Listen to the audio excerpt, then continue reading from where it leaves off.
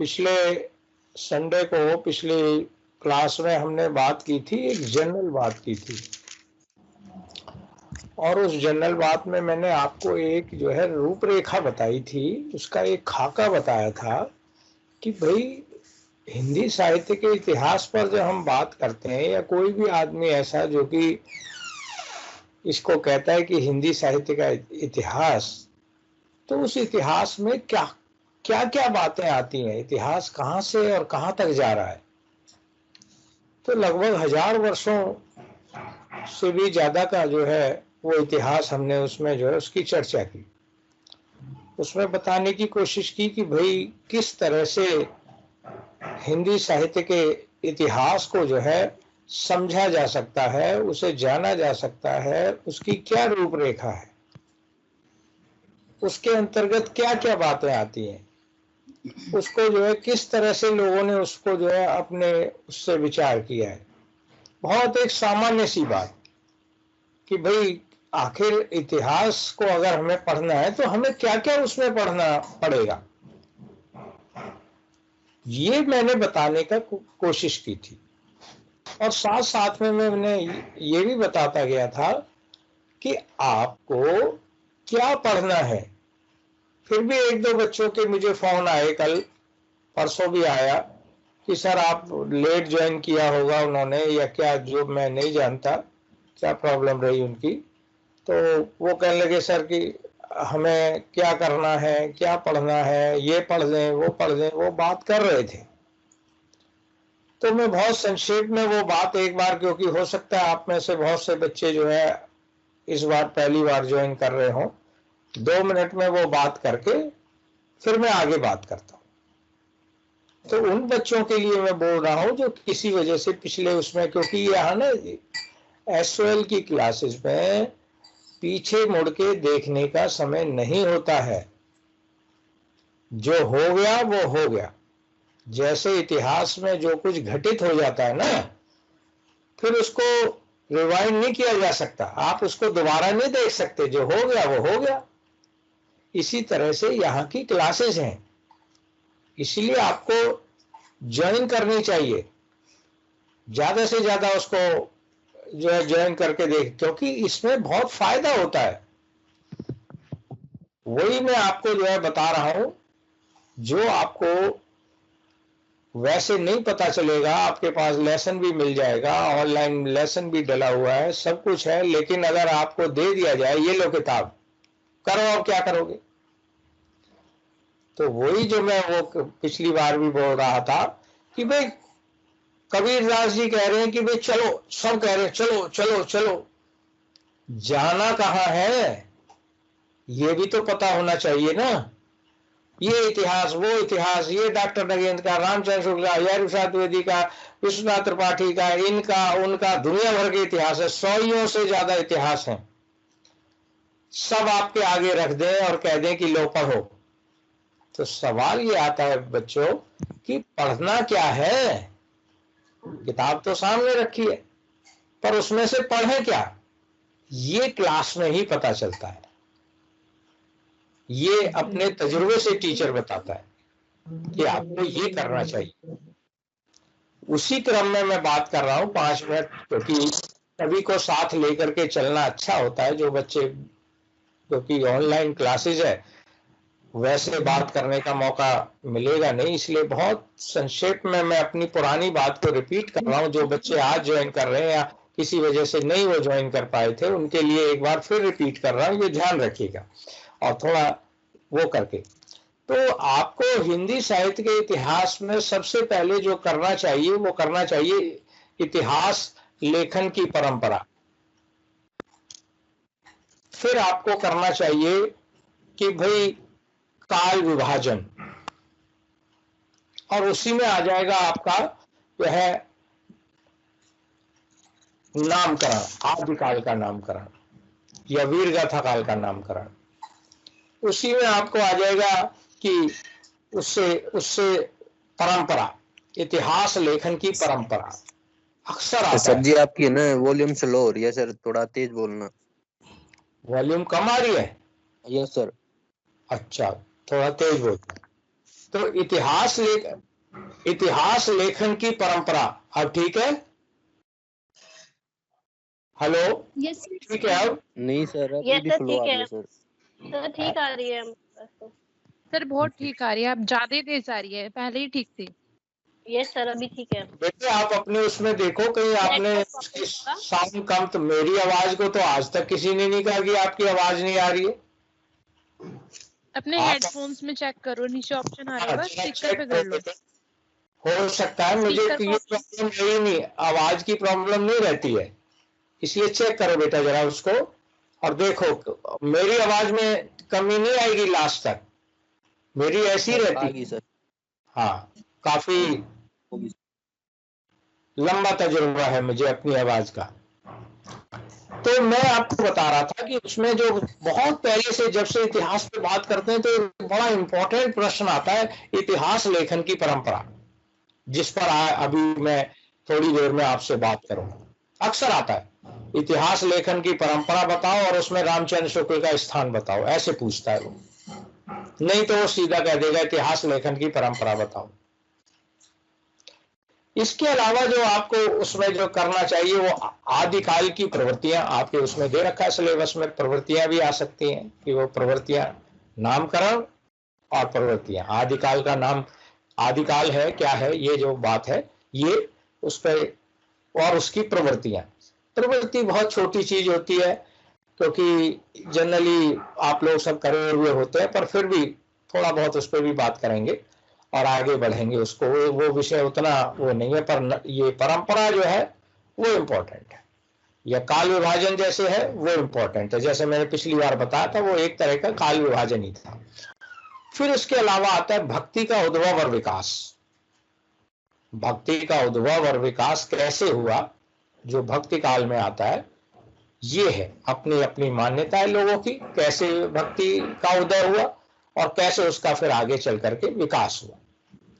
फिर उसी में वो पूछ सकता है कि जो है भक्ति में संत काव्य की सामाजिक चेतना, या संत काव्य की प्रवृत्तियां, या प्रेम काव्य की या सूफी काव्य की प्रवृत्तियां, राम भक्ति शाखा की प्रवृत्तियां और कृष्ण भक्ति शाखा की प्रवृत्तियां।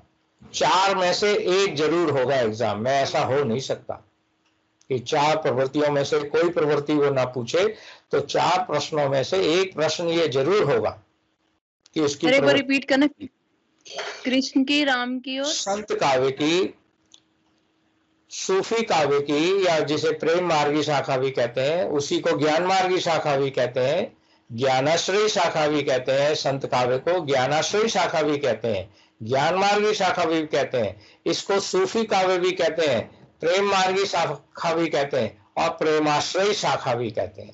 अच्छा सर, कुछ भी आ जाए ये एक ही बात है? हाँ, बात वही है, वो नाम वो बदल सकता है, क्योंकि किसी ने इसको कहा कि ये ज्ञान मार्गी शाखा है, किसी ने कहा इसको ज्ञानाश्रयी शाखा है, किसी ने कहा ये जो है संत काव्य है।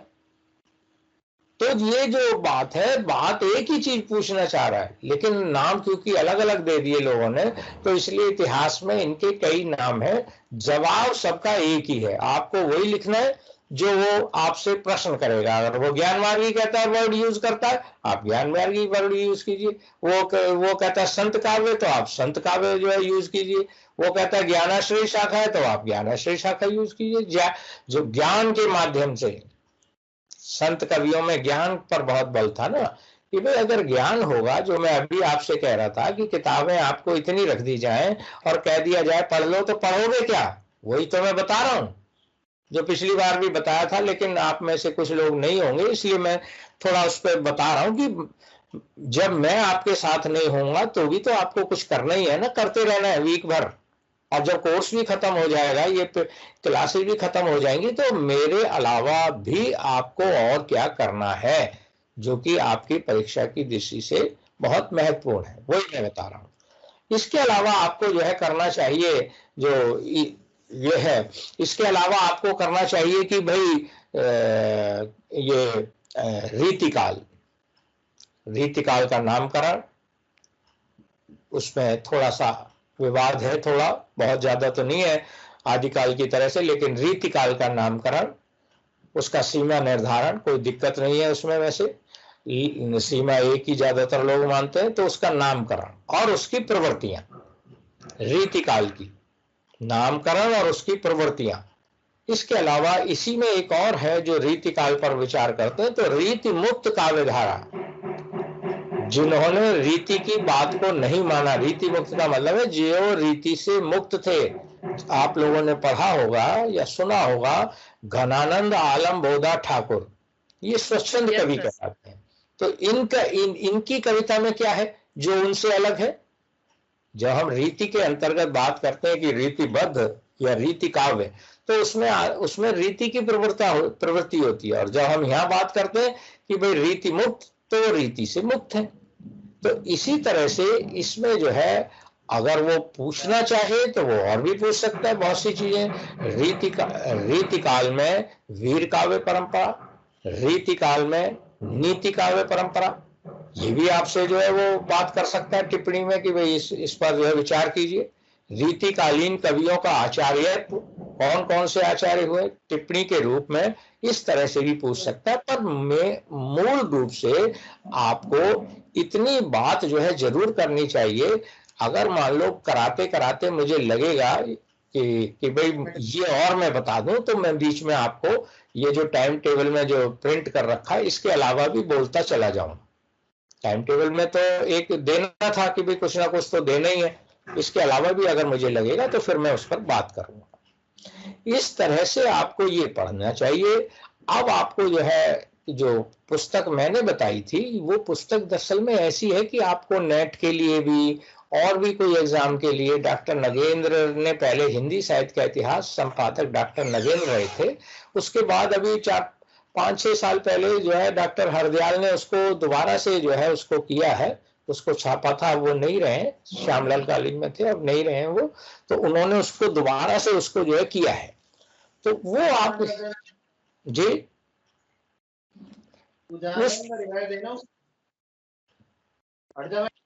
डॉक्टर हरदयाल का इतिहास है, हिंदी साहित्य का इतिहास। वो किताब पुरानी है, लेकिन बाद के पोर्शन में जो आधुनिक काल में आकर के उन्होंने थोड़े चेंजेस करे थे, उसको दोबारा से थोड़ा चेंज करके लिखा था, तो इसलिए वो जो है बाद में उसके संपादक बने डॉक्टर हरदयाल।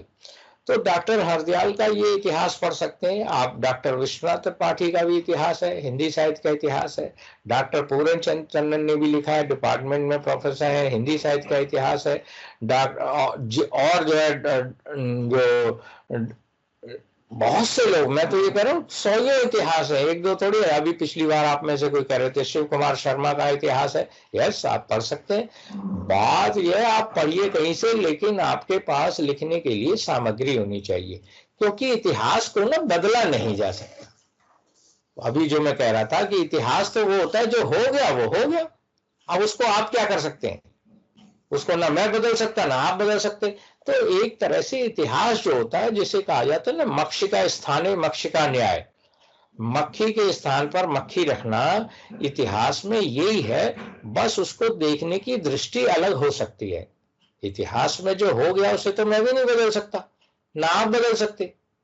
और इसलिए जो है उसको इतिहास को पढ़ने की, उसे देखने की दृष्टियां तो अलग अलग हो सकती है ना, क्योंकि इसीलिए दृष्टि भेद के कारण ही तो ये प्रॉब्लम होती है कि एक ही चीज, एक ही काल, 200 साल के एक ही काल को एक आदमी कुछ कह रहा है, दूसरा कुछ कह रहा है, तीसरा कुछ कह रहा है, चौथा कुछ कह रहा है। अभी जब काल एक ही है, कवि भी वही है, सब कुछ वही है, रचनाएं भी वही है, तो फिर इतने नाम क्यों दे रहे उसको? क्योंकि जिसको जो कुछ दिखाई देगा वो उसको वही तो देखेगा ना। हर आदमी अपना एक आलोचना का चश्मा चढ़ाए हुए, उस चश्मे में से जिसको जो कुछ दिखाई देगा वो उसी हिसाब से उसकी आलोचना करेगा, उस पर उसी ढंग से विचार करेगा। तो उसी क्रम में बात करते करते हम जो है जब बात कर रहे थे, तो मैंने बताया था आप लोगों को कि आज का जो हमारा विषय है उस पर अब मैं आ रहा हूं। ये उन लोगों के लिए बोला था जो कि उसको मतलब नहीं सुन पाए थे। आइए बात करते हैं इतिहास लेखन की परंपरा। सबसे पहली बात तो यही आती है कि भाई इतिहास क्या है। तो जो इतिहास है ना, वो जो है, जो घटा हुआ है, इति माने ऐसा ही हुआ था, ऐसा ही हुआ था। इतिहास वो है जो हमें ये बताता है कि ऐसा हुआ था। लेकिन ऐसा हुआ था, उसको लिखने का भी तो कोई तरीका होगा। ऐसा हुआ था तो बहुत लोगों ने जो है उसको लिखा है। अगर मान लो जो है ये कह दिया जाए कि जो है भारत में जो है मुगल साम्राज्य आया और अकबर इसमें सब, अकबर का जो है का योगदान रहा, फिर बाबर आया, फिर ये आया, फिर ये हुए, ऐसे इसको मान लोगे?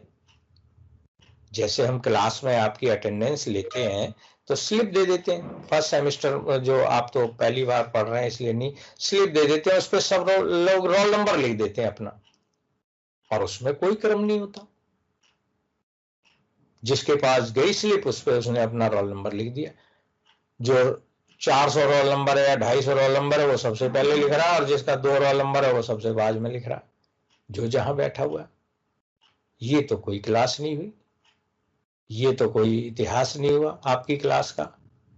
तो इतिहास में सबसे इंपॉर्टेंट चीज होती है कालक्रम। सर आपकी फोटो नहीं आ रही है। फोटो नहीं आ रही? मुझे अपनी क्यों दिखाई दे रही है और मेरी क्यों नहीं आ रही है? अब आई? No sir.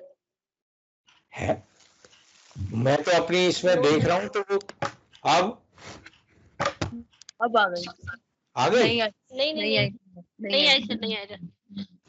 ऐसा वीडियो ऑन नहीं कर रहा शायद। सर वीडियो ऑन करो। अच्छा, हो सकता है। अब आई? No sir. नहीं आई। अब आएगी? No sir. आ गई सर, आ गई सर। आ जानी चाहिए अब तो। सर अभी भी नहीं आ रही। बेटे आवाज तो आ रही थी ना? आवाज आ रही है सर, पर वीडियो नहीं आ रही है। अब वीडियो आ गई? No sir. जी सर, आ गई वीडियो। आपका कैमरा ऑन है? दिख रहा है मुझे भी उस सर समय बार बार आ रही है और जा रही है। आ गई सर, आ गई अब तो आप। अच्छा, आ गई ना अब? जी नहीं सर फिर सबको नहीं दिख रही है, आप दिख रहे हो, मुझे भी नहीं दिख रही है। भाई देखो, अब मैं इसमें क्या कर सकता हूँ कि कुछ मेरा नेट भाई वीडियो का क्या करना है, आवाज सुन लो ना। सबको दिख रही है सर, ऐसा लगता है क्लास अटेंड करो, कर। पढ़ाना आ रही है, पढ़ा लो, दिख रही होगी ठीक से। भाई वीडियो क्या करोगे? वीडियो ऑन कर, कैमरा ऑन कर रखा है आप लोगों ने, तभी तो आएगी। सर आ रही है, दिख रही है सर, अब पढ़ा लो। सर अब आ गई आपकी फोटो। छोड़ो, आप पढ़ाना शुरू करो। चलिए ठीक है बेटे। तो वो इतिहास जो है वो एक तरह का जो है वो गड्ढमड है। जैसे मैंने क्लास का उदाहरण दिया, जैसे मैंने इतिहास का उदाहरण दिया। इतिहास में तो ये बहुत जरूरी है इतिहास के लिए कि कोई भी जो घटनाएं हैं उनका काल क्रमानुसार ब्यौरेवार विवरण, यानी अतीत की घटनाओं का काल क्रमानुसार ब्यौरेवार विवरण, वो इतिहास होता है। जो भी घटनाएं हैं उनका काल क्रम से, अल्फाबेट से या जो भी आप कहेंगे, या सन से, संवत से, उसके हिसाब से जो है वो जो रचना में रखा जाएगा वो इतिहास होगा। लेकिन जो सामाजिक इतिहास है और साहित्य का इतिहास है, इसमें एक बहुत बड़ा अंतर होता है कि सामाजिक इतिहास में केवल समाज के बाह्य जीवन का ही चित्रण होता है। उसकी बाह्य जो रूपरेखा है, उसका बाह्य जो वातावरण है, उसी का इतिहास की उसमें चित्रण होता है। कैसा हुआ, कैसे समाज में हो रहा, क्या हो रहा है, ये सब बाहर का होगा। लेकिन साहित्य के इतिहास में जो है समाज की अंदरूनी भावना का चित्रण होता है कि समाज जो है क्या सोच रहा है, समाज की क्या जो है अब जो है अंदर उसके चल रहा है, समाज में धीरे धीरे क्या परिवर्तित हो रहा है, क्या चेंजेस हो रहे हैं। इसीलिए मैंने जब पिछली बार बोला था, आपको एक सेंटेंस में लगातार बोलता चला गया था कि साहित्य के इतिहास में जो परिवर्तन आता है वो किस तरह से आता है कि जैसे जैसे जनता की चित्त वृत्तियों में परिवर्तन आता चला जाता है, वैसे वैसे ही उसके जो इतिहास है उसमें जो है परिवर्तन आता चला जाता है, साहित्य के इतिहास में परिवर्तन आता है। ये समाज की अंदरूनी भावना का प्रतीक है। और जो साहित्य का सामाजिक इतिहास होता है वो समाज की बाह्य परिप्रेक्ष्य पर बात करता है। ताजमहल बना, उसमें इतने वर्ष तक जो है 22,000 मजदूर जो है काम करते रहे वर्षों तक। अब उसमें ताजमहल का जो इतिहास है वो तो है कि इतने वर्ष तक इतने हजार मजदूर काम करते रहे और फिर उनके हाथ कटवा दिए गए ताकि ऐसी इमारत ना बन पाए, ये तो बाह्य है। अब उसको जो है इतिहास जो है लिख रहा है कि किस तरह से वो लोग जो है उनकी पीड़ा क्या होगी। ये अब जो है ये साहित्य का विषय है। ये जो विषय आता है कि उनकी किस तरह से वो छटपटा रहे हैं, किस तरह से सोच रहे हैं, क्या जो है वो महसूस कर रहे होंगे अंदर, ये इतिहास की चीजें हैं। इतिहास व्यक्ति के जो है मनोभाव से जुड़ा हुआ है, उसकी भावनाओं से जुड़ा होता है जो साहित्य का इतिहास है। और जो सामाजिक इतिहास है वो व्यक्ति या समाज के बाह्य परिप्रेक्ष्य से जुड़ा रहता है। दोनों में अंतर है, एक बाह्य चीज पर बल देता है और दूसरा जो है वो आंतरिक चीज पर बल देता है, आंतरिक भावना पर। ये दोनों में फर्क है। तो साहित्य के इतिहास में जो कुछ हो रहा है वो तो उसकी सामाजिक, धार्मिक, राजनीतिक इन परिस्थितियों में जो है वो आ जाता है सामाजिक इतिहास की तरह से। लेकिन जो साहित्य का इतिहास है उसमें जो है क्या हो रहा था, कैसे लोग जो है सोच रहे थे, वो इतिहास साहित्य के इतिहास में आता है। जैसे जैसे सोच बदलती है साहित्य का इतिहास भी जो है बदलता चला जाता है। तो इस तरह से जो है आप देखेंगे कि इतिहास और साहित्य के इतिहास में जो है एक मूलभूत अंतर है। हमें साहित्य के इतिहास पर बात करनी है, इतिहास पर नहीं। तो साहित्य के इतिहास में जब ये 1000 वर्ष का इतिहास जो हमारे सामने था, इसको इतिहास को जो है किस तरह से लोगों ने जो है लिखना जो है आरंभ किया, तो ये एक तरह से जो साहित्य इतिहास लेखन की परंपरा जो है ना, उसको अगर देखा जाए तो साहित्य के इतिहासों की जो लिखने की जो आंकड़े हैं वो है कि साहित्य का इतिहास, कौन कौन सा साहित्य का इतिहास लिखा गया, इसके आंकड़े साहित्य का इतिहास लेखन परंपरा में आता है। ये इतिहास लिखा गया, ये इतिहास लिखा गया। आपको आश्चर्य होगा कि हम हिंदी साहित्य के इतिहास की बात कर रहे हैं। हिंदी साहित्य का इतिहास जो है वो हिंदी वालों के द्वारा नहीं लिखा गया। पहला इतिहास भी वो फ्रेंच विद्वान ने लिखा।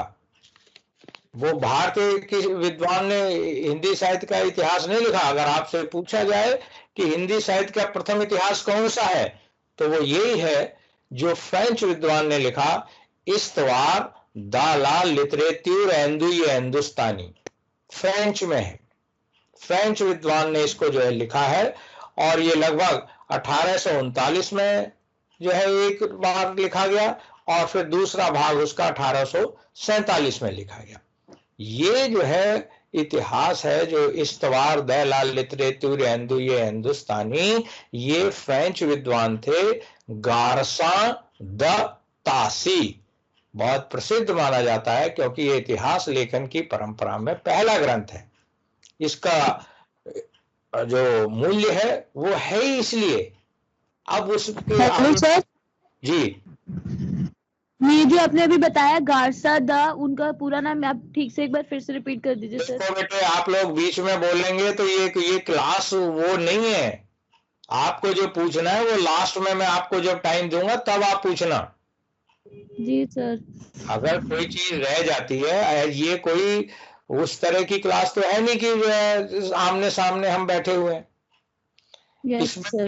बीच इसमें रिकॉर्डिंग हो रही है, तो वो सारी रिकॉर्डिंग भी खराब हो जाएगी। वो सब आपको मैं मौका दूंगा ना लास्ट में 10-15 मिनट, जी आप ठीक है सर। आपकी शंका है आप नोट करते जाइए, ये हमें पूछना है, ये पूछना है, जी ऐसे सर। नहीं पूछ सकते आप। जी सर। हाँ, उसमें उसमें अब ये रुक गया ना मैं, अब बीच में वो हो जाती है, फिर अब वो रिकॉर्डिंग फिर जो है वो उसको डिलीट करेंगे, वो करेंगे उसको। ये आप ही के लिए हो रही है, इसका मेरे लिए कोई यूज नहीं है। इसका यूज आपके लिए कि अगर आप इसको फिर पढ़ना चाहेंगे तो आप इसको जो है YouTube पे जाकर के वहां डाली जाएंगी, वहां से आप देख सकते हैं कि भाई आखिर क्या बोला था उस समय। जी सर, सॉरी सर, सॉरी। हाँ, उसका जो है क्रम जो है समाप्त हो जाता है। कोशिश कीजिए आप अपने दिमाग में रखते जाइए, नोट करते जाइए एक जगह कि भाई ये मुझे प्रश्न पूछना है, मैं आपको लास्ट में 10-15 मिनट दूंगा इसी काम के लिए कि जो आपकी शंका है आप पूछिए, जो आपके मन में प्रश्न है। तो मैं ये कह रहा था कि पहला इतिहास ग्रंथ भी जो है वो जो है भारतीय विद्वान द्वारा नहीं लिखा गया। उससे पहले ऐसा नहीं है कि उससे पहले कुछ नहीं था हमारे पास, कोई वो नहीं था। 84 वैष्णवन की वार्ता और 252 वैष्णवन की वार्ता, इनमें हमें जो है साहित्य के बीज मिलते हैं। लेकिन साहित्य का जो इतिहास क्रम जो होता है ना, जो अभी मैं कह रहा था, अतीत की घटनाओं का काल क्रमानुसार, घटनाएं तो अतीत की है उसमें भी, कभी भी वही है जो इन्होंने लिए हैं, लेकिन वो काल क्रम से नहीं है। जैसे कि मैंने आपको बताया कि अटेंडेंस क्लास में लेते हैं तो रोल नंबर वाइज नहीं होती ना, आपको स्लिप दे देते हैं, जो बच्चा जो मर्जी पहले भर दे, जो मर्जी वो कर दे। तो उसी तरह से इन ग्रंथों में जो इससे पहले थे उनमें वो नहीं था। पहली बार किसी इंसान ने जो है वो प्रयास किया, इस्तवार दैला लिटरेच्यूर हिंदुस्तानी नाम से उन्होंने फ्रेंच में इतिहास लिखा, और उसको जो है पहला उसका 1839 में और दूसरा 1847 में उसके 2 भागों में लिखा गया, और लेखक थे गार्सा द तासी। इन तासी महोदय ने इसी का अनुवाद बाद में चल करके, इसी ग्रंथ का अनुवाद बाद में चल करके लक्ष्मी सागर वार्ष्णे एक हुए विद्वान, उन्होंने हिंदुई साहित्य का इतिहास नाम से इसका अनुवाद हिंदी में किया, फ्रेंच से हिंदी में अनुवाद किया। अगर आप इस ग्रंथ को देखेंगे तो ये ग्रंथ जो है लगभग जो है अगर आप देखेंगे तो इसमें 70 कवियों का है, हिंदू और मुसलमान सभी कवि जो है, उर्दू के भी जो है वो, तो हिंदू और मुसलमान लगभग सभी 70 कवियों का इसमें जो है विवरण प्रस्तुत किया गया। 70 कवि आपको इसमें जो है वर्णित देखने को मिलेंगे, जिनकी की चर्चा इसमें जो है उन्होंने की है। लेकिन इस इतिहास में क्या है कि इन्होंने जो इतिहास लिखा, क्योंकि ये तो फ्रेंच विद्वान थे, इन्होंने उसका जो क्रम रखा ना वो अल्फाबेट से रखा, ABCDEFGHIJKL। ये उन्होंने अंग्रेजी वर्ण क्रम से जो है अपने इतिहास को जो है इसको जो है रखा, और उसका जो जिस तरह से उसका काल विभाजन होना चाहिए था, जिस तरह से उसकी प्रवृत्तियों पर बात होनी चाहिए थी, वो उसकी इसमें कोई चर्चा नहीं है।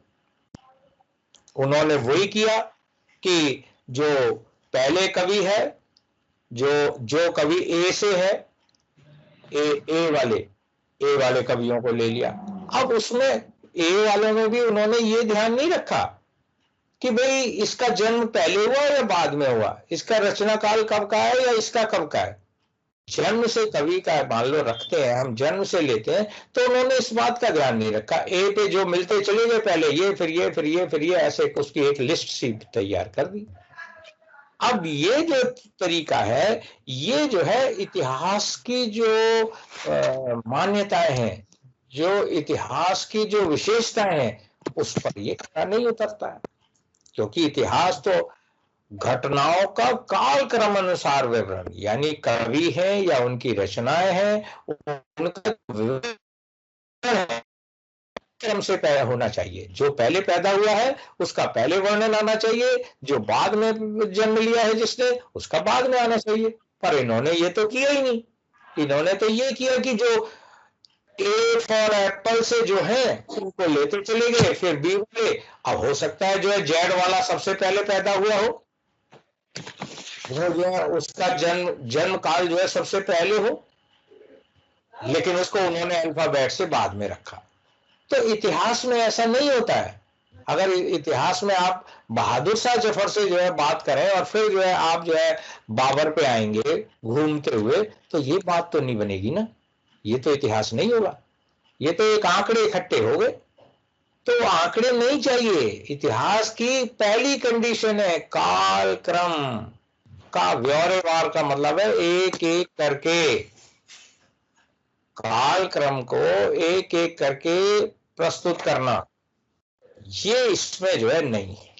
इस ग्रंथ में उस बात का उन्होंने ये ध्यान नहीं रखा कि भाई कालक्रम इसका है ठीक है या नहीं है या क्या करें, इससे कोई मतलब नहीं। उन्होंने लिया और उसको जो है सीधा जो है 70 कवि लिए, हिंदू और मुसलमान सबको जो है उसकी रचनाएं उनका वो वर्णन करते चले गए और उन्हें रखा अल्फाबेट से,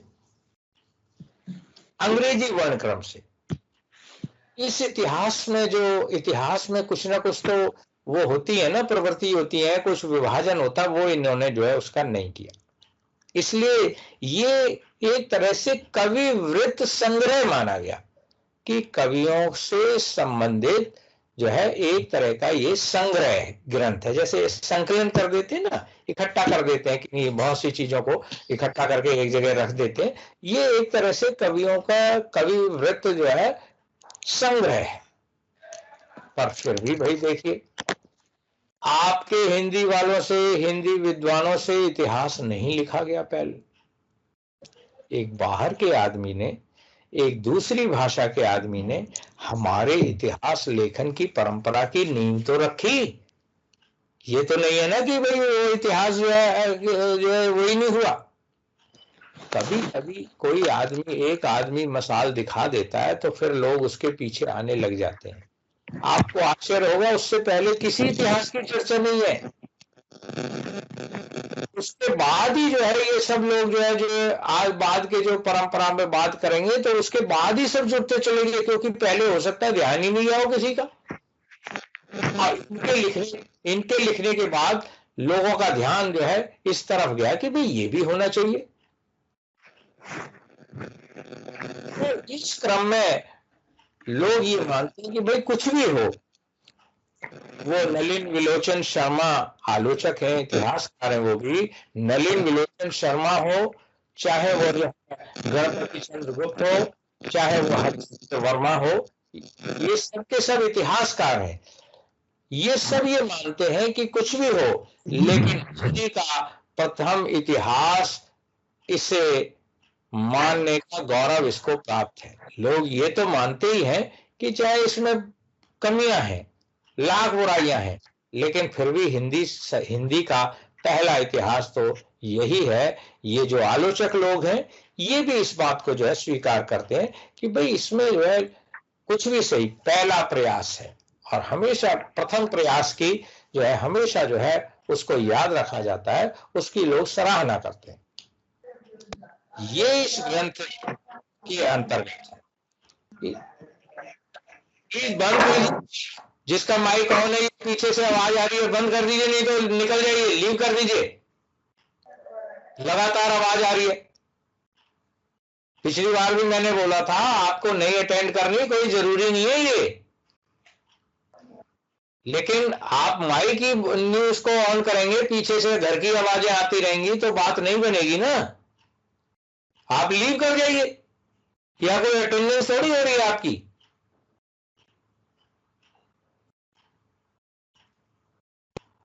आइए इसी क्रम में हम दूसरे इतिहास पर बात करते हैं, और जिसका नाम है शिव सिंह सरोज। पहला इतिहास मैंने अभी बताया था, अब मैं परंपरा बताते हुए दूसरा इतिहास बता रहा हूं जिसका नाम है शिव सिंह सरोज।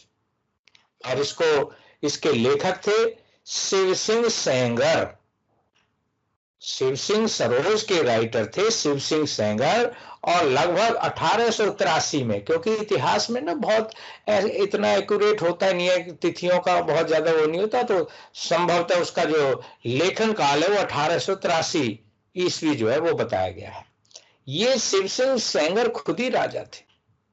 उन्होंने भी बहुत से ऐसे इतिहास में आपको मिलेंगे जो खुद बड़े विद्वान थे, राजा थे और बड़े विद्वान थे खुद भी। तो ये भी ऐसी तरह के थे। इन्होंने भी एक इतिहास लिखा, शिव सिंह सरोज, शिव सिंह सेंगर ने। इसमें उन्होंने तो 70 कवियों को लिया। इन शिव सिंह सरोज में लगभग 1000 कवियों का जीवन वृत्त और उनकी कविताओं के उदाहरण है। 1000 कवियों को उन्होंने लिया और उनके जो है उसमें उदाहरण जो है, कविताओं के उदाहरण जो है उसमें मिलते हैं। ये भारतीय विद्वान का, इस ग्रंथ का क्या मूल्य है कि ये भारतीय विद्वान का प्रथम प्रयास है। इससे पहले किसी भारतीय विद्वान ने इतिहास को एक पुस्तक के रूप में, ग्रंथ के रूप में रखने का प्रयत्न नहीं किया था किसी भी भारतीय ने। इन्होंने पहली बार 1000 कवियों का जीवन वृत्त यानी उनकी जीवनी और उनकी कविताओं से उदाहरण वहां पर संग्रहित किए। लोगों का ये मानना है कि ये ग्रंथ जो है शिव सिंह सरोज है, ये बाद के लिखे जाने वाले इतिहास ग्रंथों का प्रेरणा स्रोत है। जरूर होगा, क्योंकि शिव सिंह सरोज को अभी आपको ये पढ़ने के लिए जरूरत नहीं पड़ेगी। आपको अभी कहीं भी इस ग्रंथ को देखने की जरूरत नहीं पड़ेगी। लेकिन अगर आप प्राचीन कवियों पे काम कर रहे होंगे, आप जो है पुराने कवियों पे काम कर रहे होंगे, तो आप ये देखेंगे कि आपको शिव सिंह सरोज जरूर देखना पड़ेगा। ये रिसर्च पर्पस के लिए है।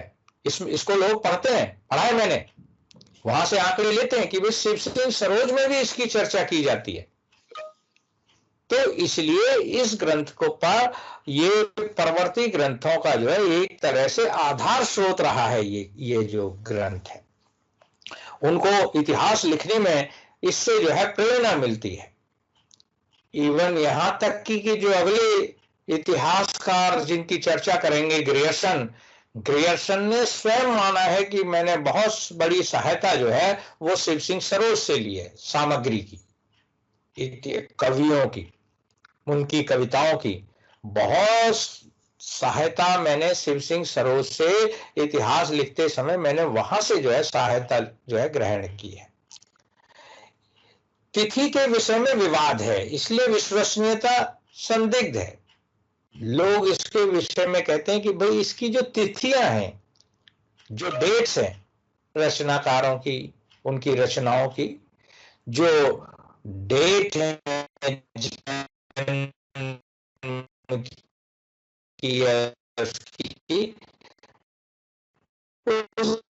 उसके सर आपकी आवाज तेज नहीं आ रही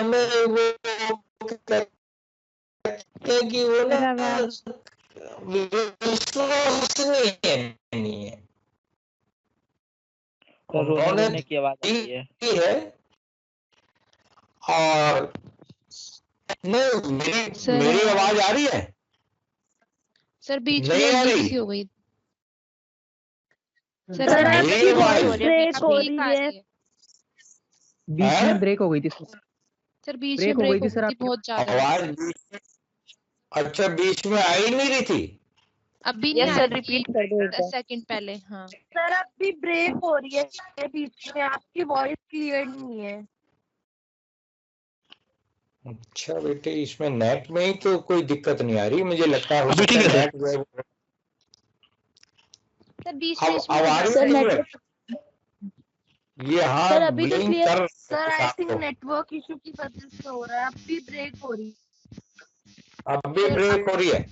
नहीं, अब नहीं हो रही सर। ठीक है सर।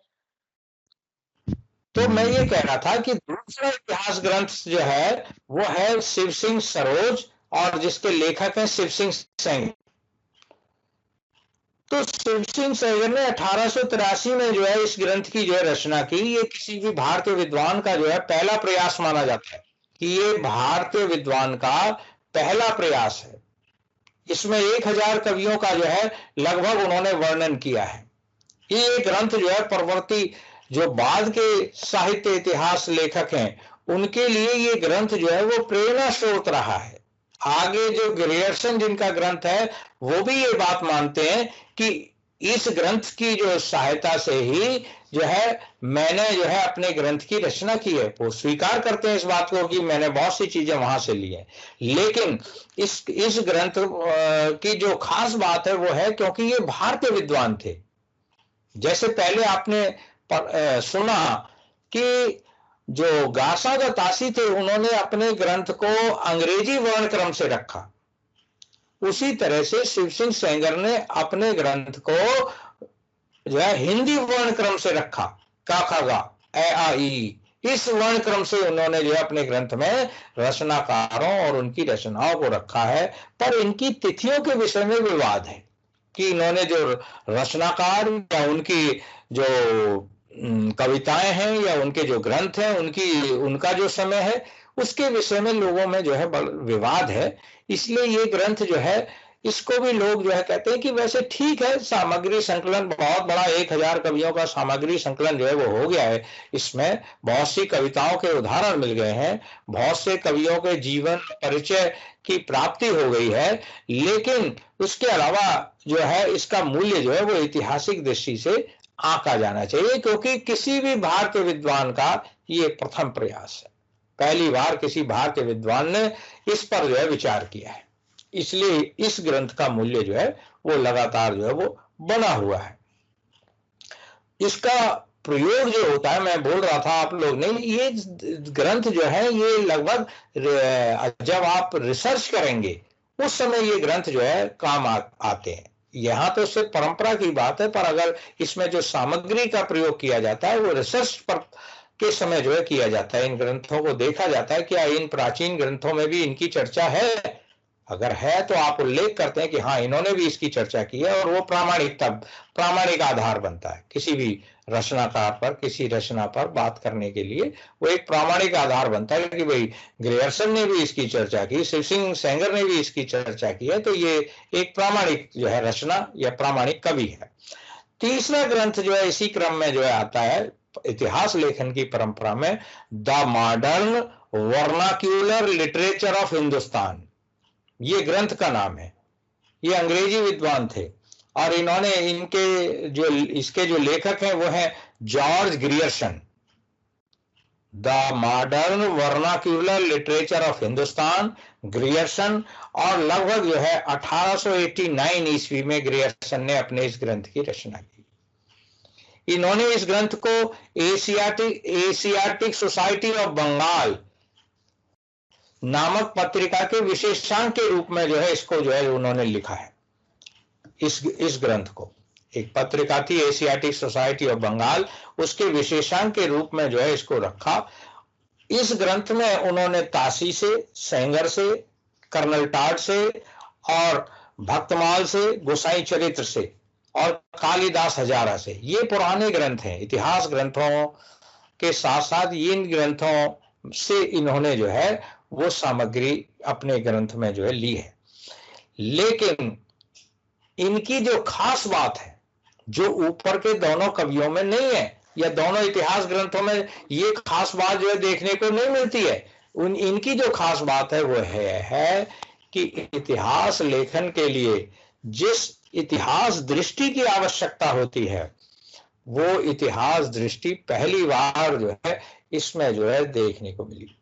वो पहली बार जो है इसमें जो है हमें देखने को मिला कि इन्होंने अपने ग्रंथ में प्रॉपर इतिहास दृष्टि है कि क्या उन्होंने रखा, तो प्रॉपर तरीके से, पूरी तरीके से इन्होंने उसका काल विभाजन भी किया, अपनी सामग्री का उसे कालों में विभक्त किया, और फिर उसकी प्रवृत्तियों पर भी इन्होंने जो है विचार किया। केवल काल विभाजन ही नहीं किया, उनकी प्रवृत्तियों पर भी, जो इतिहास में जो मूल चीज होती है प्रवृत्तियां, उस पर भी उन्होंने उसको विवाद किया। उन्होंने अपने इतिहास को जो है 4 भागों में बांट दिया, चारण काल, धार्मिक काल, दरबारी काव्य और प्रेम काव्य। इस तरह से इसको जो है काल बांट दिए इन्होंने।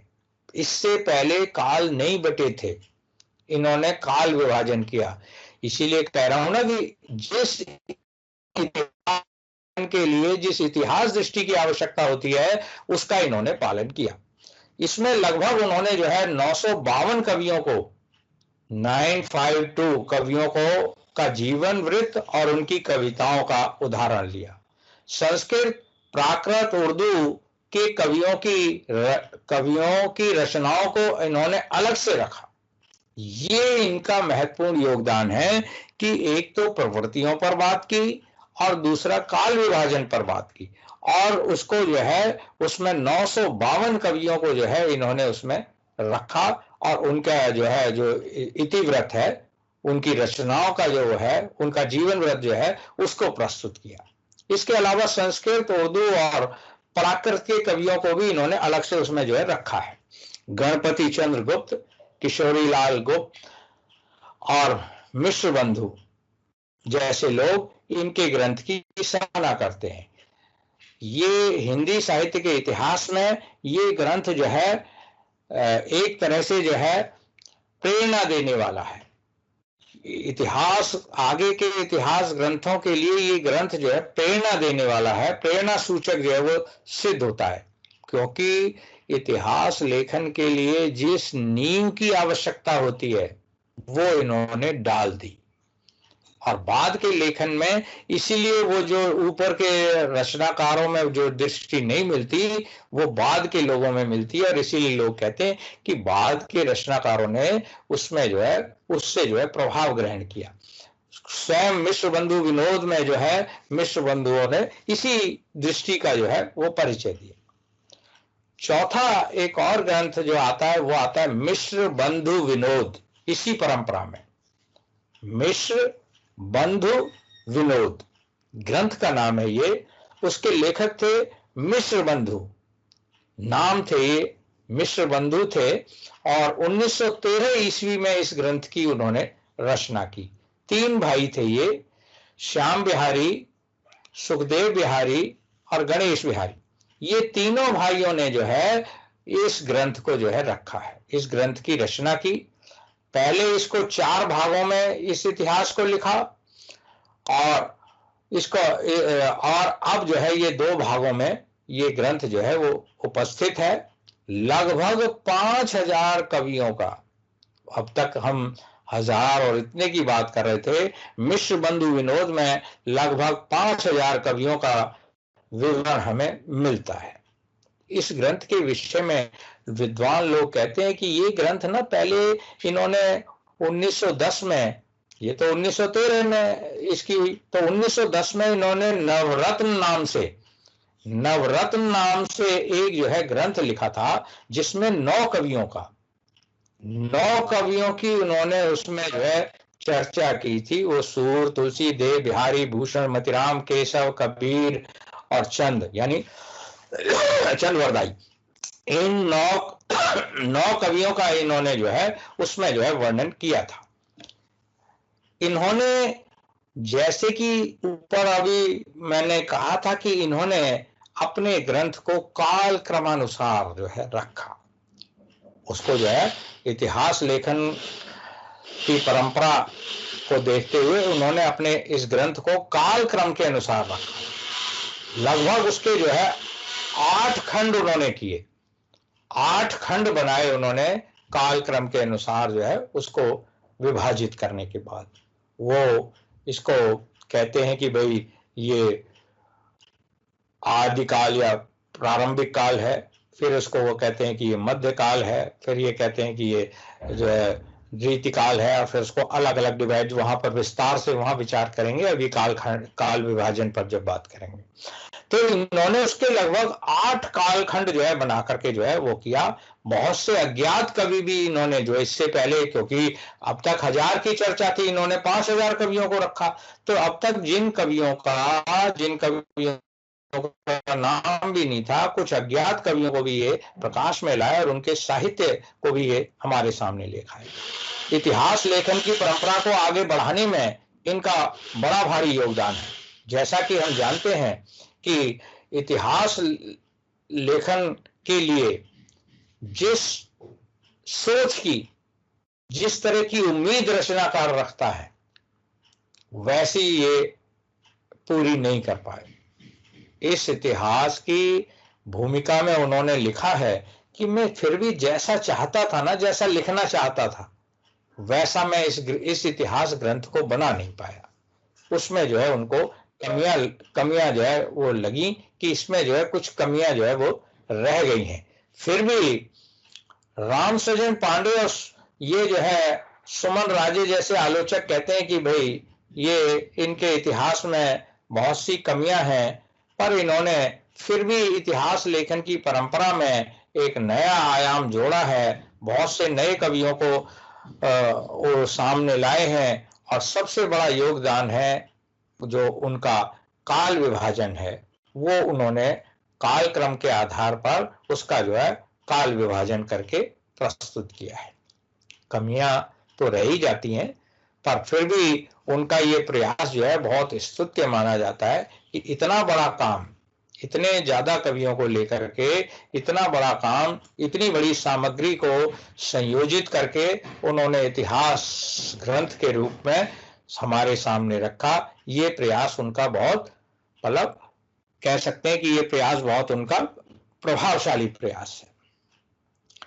इसी क्रम में एक अगला इतिहास ग्रंथ जिसे आप कहेंगे कि कहा जाता है कि हिंदी साहित्य का इतिहास, आचार्य रामचंद्र शुक्ल, आपने नाम सुना होगा इस ग्रंथ का, कि मैंने भी बोला था कि ये ज्ञान के लिए है। हिंदी साहित्य का इतिहास रामचंद्र शुक्ल ये ज्ञान वर्धन के लिए है। ये 1929 में जो है इन्होंने इस ग्रंथ को जो है, इस ग्रंथ की रचना की। वैसे नागरिक प्रचारणी सभा के लिए शब्द सागर जो लिखा जा रहा था, उसकी भूमिका के रूप में उन्होंने पहले इस ग्रंथ को जो है, ये जो सामग्री है उसकी भूमिका के रूप में प्रस्तुत की थी। नागरिक प्रचारणी सभा से एक शब्द सागर ग्रंथ जो है वो बनाया जा रहा था, और उसकी भूमिका जो लिखी उसमें इस सामग्री का उन्होंने प्रयोग किया। बाद में उन्होंने जो सामग्री है इसे और जो है विस्तृत करके एक इतिहास के रूप में जो है आपके सामने जो है रख दिया, और 1000 कवियों का, जैसा कि चर्चा पहले भी करते आए हैं कि कवियों ने अलग अलग लोगों को लिया, 1000 कवियों का इन्होंने जो है जो वर्णन जो है या विवरण अपने उसमें किया। पहली बार इन्होंने साहित्य इतिहास दर्शन को समझाया। अब साहित्य इतिहास दर्शन क्या है? साहित्य इतिहास दर्शन जो है वही है जो अब तक मैं पहले कई बार बोल चुका हूं कि प्रत्येक देश का साहित्य वहां की जनता की चित्तवृत्तियों के अनुसार जो है वो बदलता रहता है, और जनता की जैसे जैसे चित्तवृत्तियों में परिवर्तन आता चला जाता है, वैसे वैसे ही जो है इतिहास लेखन में भी या साहित्य लेखन में भी परिवर्तन आता चला जाता है। इसका ध्यान जो है रखा जाता है। यही साहित्य इतिहास लेखन की दृष्टि है, और उन्होंने इसको जो है बाकायदा जो है ध्यान रखा है। अभी आगे बात करेंगे, आपको बताया भी था पिछली बार भी मैंने कि इस दृष्टि का लगातार उन्होंने जो है ध्यान रखा है कि भाई जो हमारे पास जो सामग्री है वो जनता के अनुसार जो है वो बदलती चली जा रही है। पहली बार इन्होंने जो है सामाजिक, धार्मिक, राजनीतिक और इस तरह की जो प्रवृत्तियां होती हैं उनका जो है पहली बार जो है उन्होंने प्रयोग किया है, पहली बार उसको जो है प्रस्तुत किया। सामाजिक, धार्मिक, राजनीतिक, साहित्यिक जो प्रवृत्तियां हैं इस काल की, हर काल की, इस काल की नहीं बल्कि हर काल की प्रवृत्तियों को पहले, परिस्थितियों को, राजनीतिक, आर्थिक, ये जो परिस्थितियां उन पर भी प्रकाश डाला है। ऐसा है, मैंने तो डिवाइस भी बदल दी, इसलिए मैंने कहा दूसरे से करता हूँ। सही आ रही है, आपके क्लियर आ रही है सर, अभी ठीक आ रही है, क्लियर है आप सर। लोग ऑफ कर लें, अपना माइक ऑफ कर लीजिए सब अपना। अगर आप, ये दिक्कत क्या है, कुछ लोग माइक जो है वो ऑफ करते ही नहीं है। मेरे यहाँ से तो सही थी, आप भी मुझे ब्लिंक करते हुए उनका नजर आते रहते हैं, वो ऑफ नहीं करते। वो मेरी आवाज इसलिए कटती है कि वो अगर ऑफ नहीं करेंगे तो मेरी कटती हुई आएगी। मैं तो आराम से लैपटॉप पे ही ले रहा था, अब तो बल्कि मैं जो है मोबाइल पे ले रहा हूँ। अब ठीक है सर, अब क्लियर है। पहले भी ठीक, चलिए, ओके सर। तो मैं ये कह रहा था कि रामचंद्र शुक्ल ने लगभग जो है अपने इतिहास में लगभग 1000 कवियों का उन्होंने वर्णन किया। उन 1000 कवियों के वर्णन में उन्होंने कार्य कारण मूलक वैज्ञानिक दृष्टि का वो किया। कार्य कारण मूलक वैज्ञानिक दृष्टि क्या है? भाई बोलिएगा नहीं ना प्लीज। ये खटर खटर तो आपके यहाँ से आ रही है और आप कह रहे हो मैं क्लास छोड़ दूंगा। अगर आप लोग ऐसे ही करते रहे तो मैं आपकी क्लास लेनी ही छोड़ दूंगा। आप मुझे समझ नहीं रहे हैं। आप समझने की कोशिश कीजिए। मैं चाहता तो ये क्लास किसी को भी दे सकता था। अगर आप इसी तरह से करते रहे, आपने बात नहीं मानी, माइक ऑफ नहीं किया, तो मैं आज के लिए नहीं हमेशा के लिए आपकी क्लास छोड़ दूंगा। नहीं सर, अब कोई नहीं आपने करेगा, आप आगे कंटिन्यू कीजिए। अगर आप फेस टू फेस पढ़ रहे होते तो आप इतने उसमें समझ जाते मुझे। आप समझ नहीं रहे कि ये आदमी है कौन। इसलिए जो है आप जो है अपना माइक ऑफ ही रखिए। आप ये मत कीजिए बीच बीच में जो आवाज आ रही है ये आ रही है।